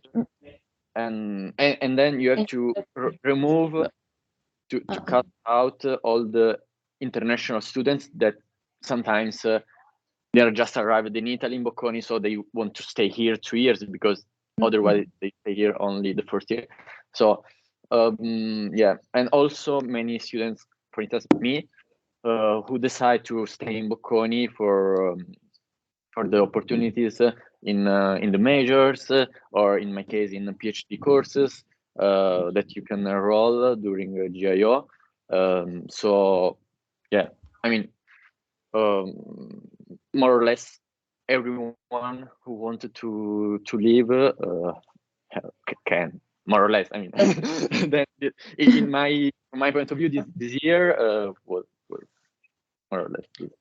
And what about the the exams? How are they structured? And tell me a little bit more about the exams.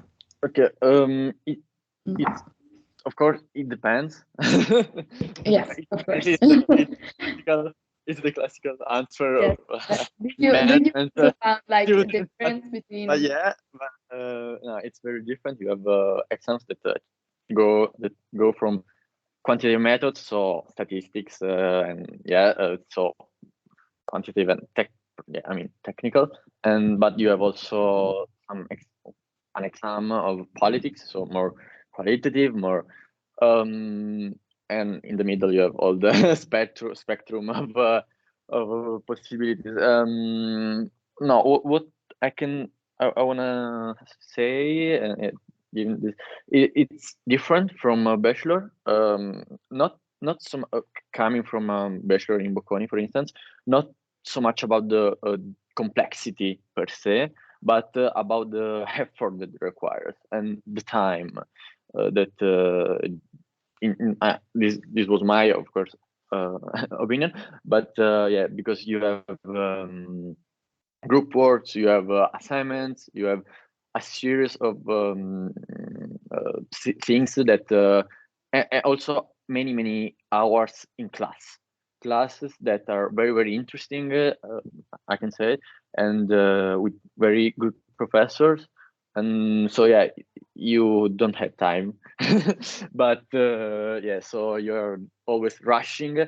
But if you think it's only 1 year, but it's the same for all the master in Bocconi, more or less, you have 1 year here in Bocconi when you have to push, and you're always rushing. And yeah, again, the exams are not so complex and difficult per se, but they require I mean, a lot of effort in every day. I mean, current during the classes, you have many, but often also the assignment or the group work is mandatory. So I mean, it's a share of the final grade. So if you don't do that, you get 0. And so if you get a 30, no, I mean, if you get a 30 in the exam, then you wait it for the 0.7, and then you're in 0.7. It's not a really good perspective. No, but no, not about the structure, but about.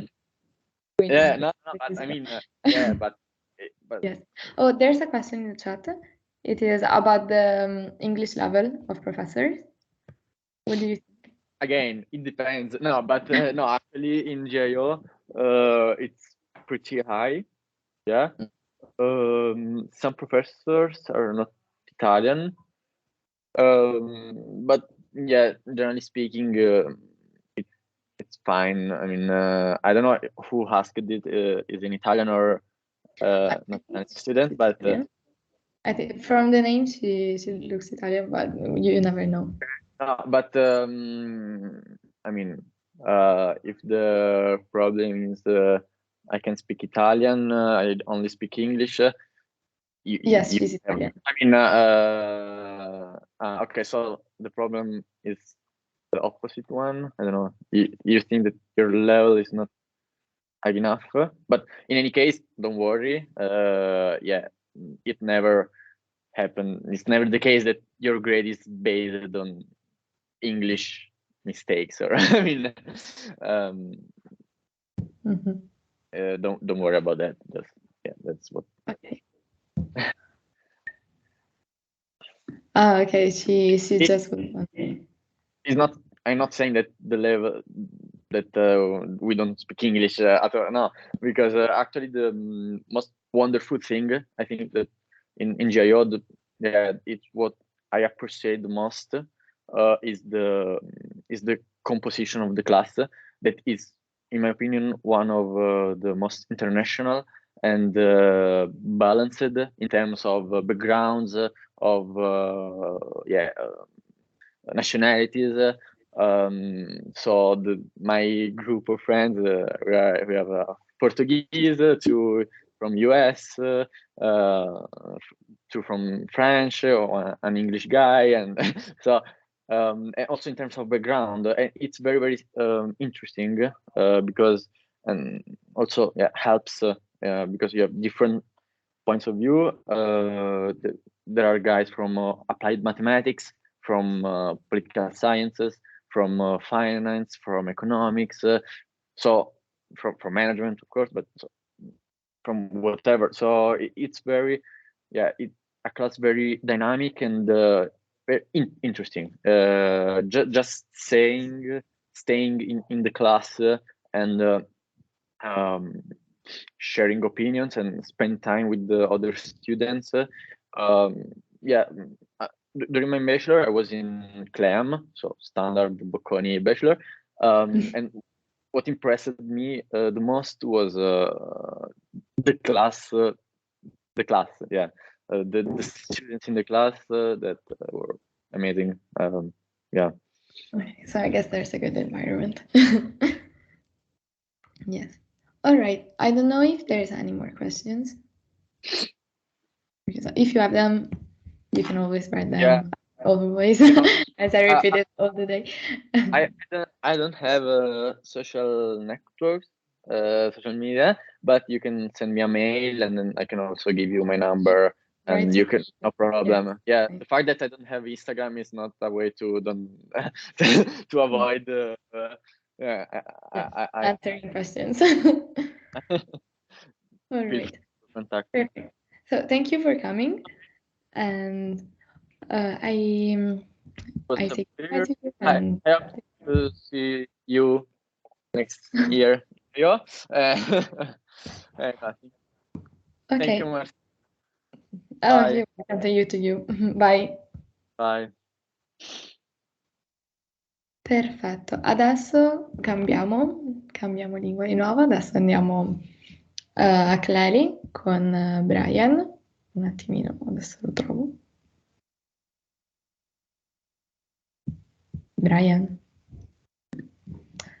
Spero mi vediate e mi sentiate. Ok. Sì, perfetto, tutto bene.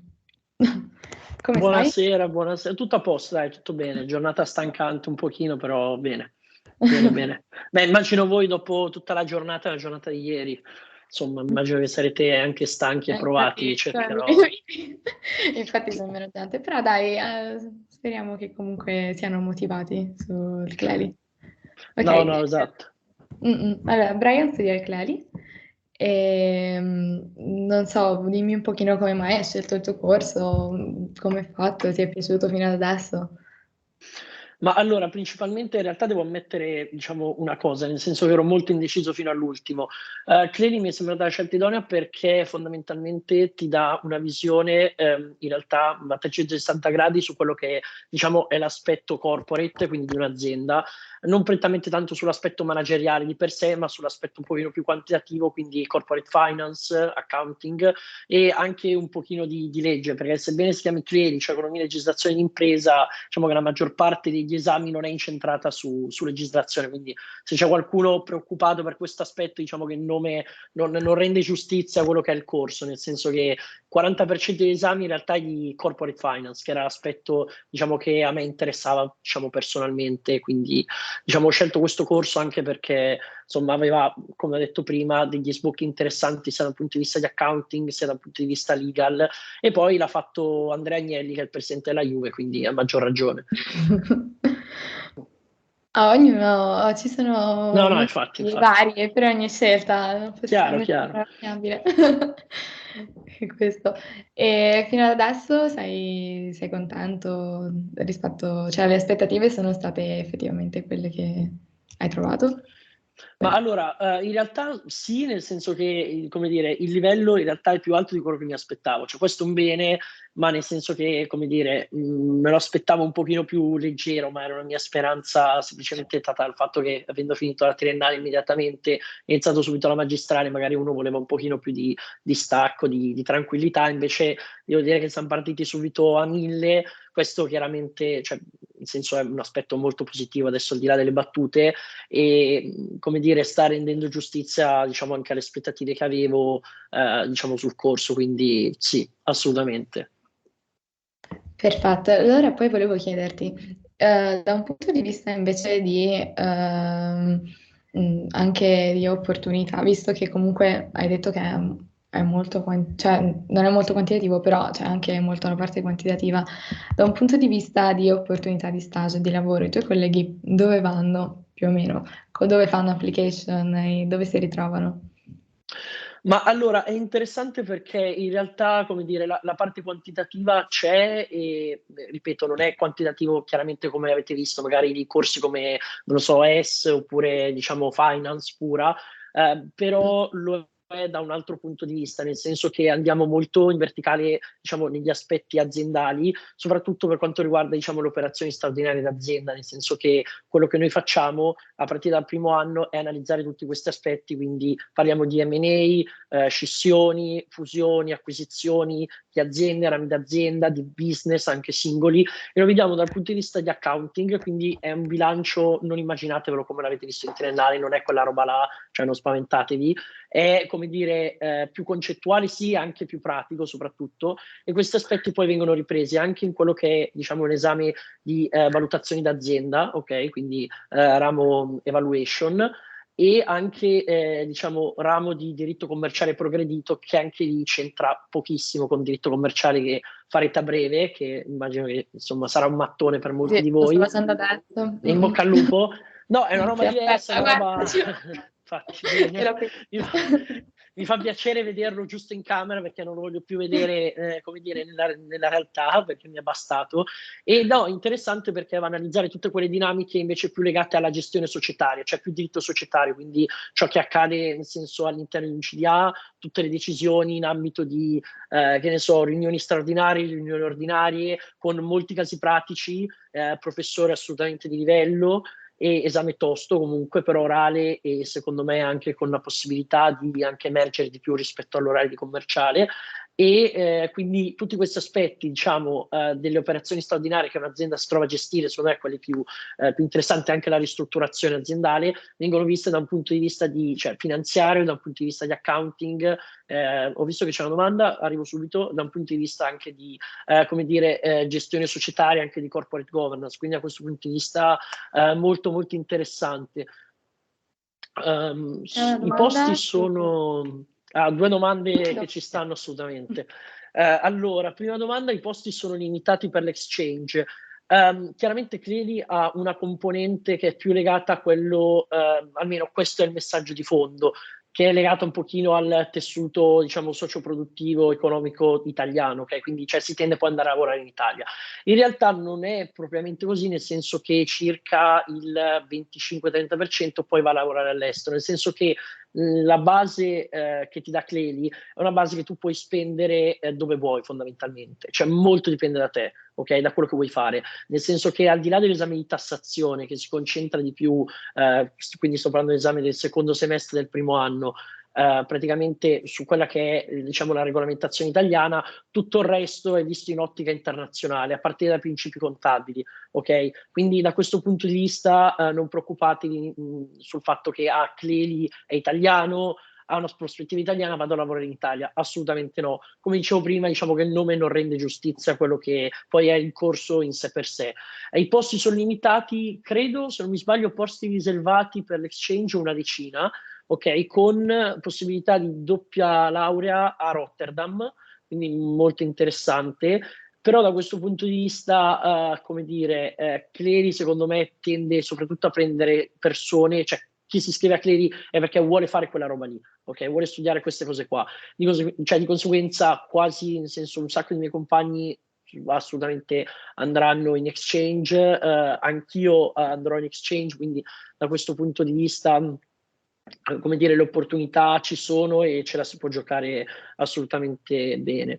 Poi c'era una seconda domanda che riguardava perché non FC.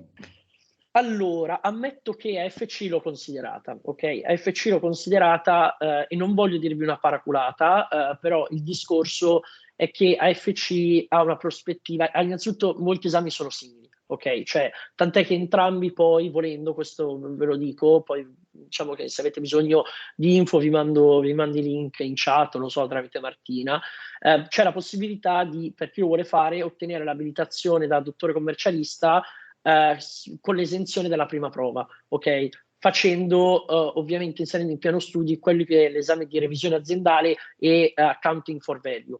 Quindi da questo punto di vista i percorsi sono molto simili, così come anche gli sbocchi, così come anche il placement.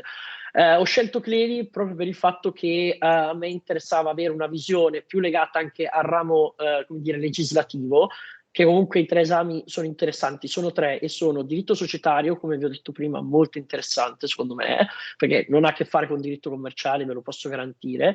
Poi c'è tassazione, quello oggettivamente è un esame pesante, diritto tributario, però diciamo che è fatto in maniera un pochino più engaging, cioè c'è lavoro di gruppo, molto molto interessante, con tra l'altro un TA molto in gamba, cioè lui è uscito da Clery, adesso lavora a Stanford e sta facendo il PhD a Oxford, per dirvi, o forse il contrario, cosa che io non mi sarei mai aspettato nella vita, però su tassazione. E poi devo dire che ci sono molti casi pratici, chiaramente tributario, quindi cioè quello lì o piace o non piace.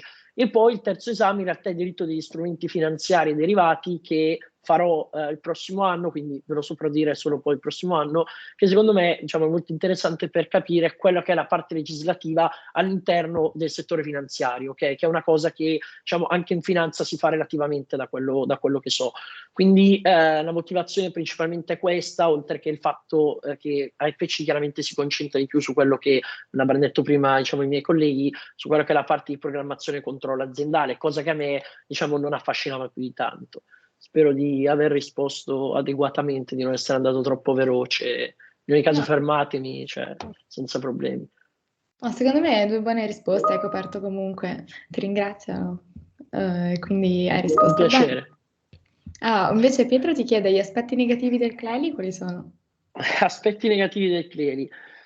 Allora, esattamente del Clery non te li saprei dire, o meglio, un aspetto generale negativo è che cioè, devi essere focus cioè, dal primo all'ultimo minuto, cioè, ma questo un pochino tutte le magistrali in bocconi, ma io ti assicuro che rispetto a una triennale, cioè, la differenza io l'ho sentita, cioè, è, come dire, questa cosa è innegabile, nel senso che parti subito a bomba, i professori macinano di più anche a lezione rispetto a una triennale, e soprattutto cioè, vai a trattare temi che per una triennale CLEAM, CLEF o quella che volete, cioè, non sono stati visti. Okay? Ci sono ovviamente delle reminiscenze, soprattutto di corporate finance, ma la cosa bella o brutta è che tutto il resto è nuovo. Okay? Cioè, chiaramente adesso mi perdoneranno i colleghi di management o chi vuole fare management, diciamo che da questo punto di vista, per farvi un paragone, il management va un po' a ricalcare, cioè parlo della biennale, della magistrale, quelli che sono gli aspetti studiati magari a CLEAM, ok? Qua è tutta roba nuova e che ti devi mettere a studiare. Chiaramente se hai fatto bene una triennale le basi le hai, però devi comunque macinare, ok? Il discorso è che anche qui uno potrebbe pensare magari i compagni, cioè di trovare gente tutta, come dire, focus su voglio fare commercialista, tutti i provetti contabili.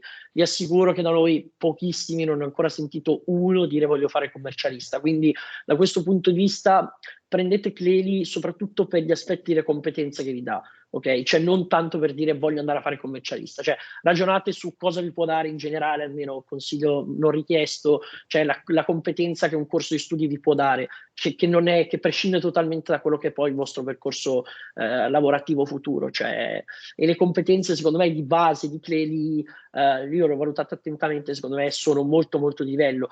Peccato che non siano in inglese, però da questo punto di vista io sono anche nel comitato di corso e rappresentante di classe, vi posso dire, non per voi ma per quelli che verranno, che credo non il prossimo anno ma quello dopo ancora dovrebbe essere introdotta, diciamo, dovrebbe passare a diventare corso in inglese, ok? Quindi essere, diciamo, corso internazionale totalmente. Tutti e due. Da quello che ho capito, in realtà corso totalmente in inglese, poi non lo so, Stocchetti adesso uscirà perché lui è il direttore del corso, però vi assicuro che anche qui persona molto molto valida, molto molto in gamba, ve lo ricorderete sicuramente per bilancio 1 e 2, Sì, me lo ricordo. e non aggiungo altro qua, però vi posso dire che sì, ci sarà questa possibilità, e quindi tornando a questo discorso, la classe è composta prevalentemente totalmente da studenti italiani, però anche qui io ne ho trovati pochi da questo punto di vista della Bocconi, ok? O meglio, ho percepito molto l'ingresso, diciamo, degli studenti che provengono da altre università,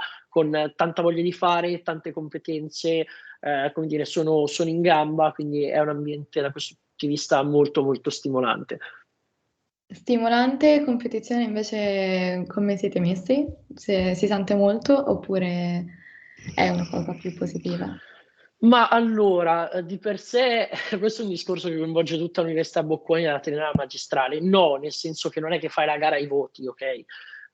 Non siamo a Clef, scherzo per gli amici di Clef, ovviamente.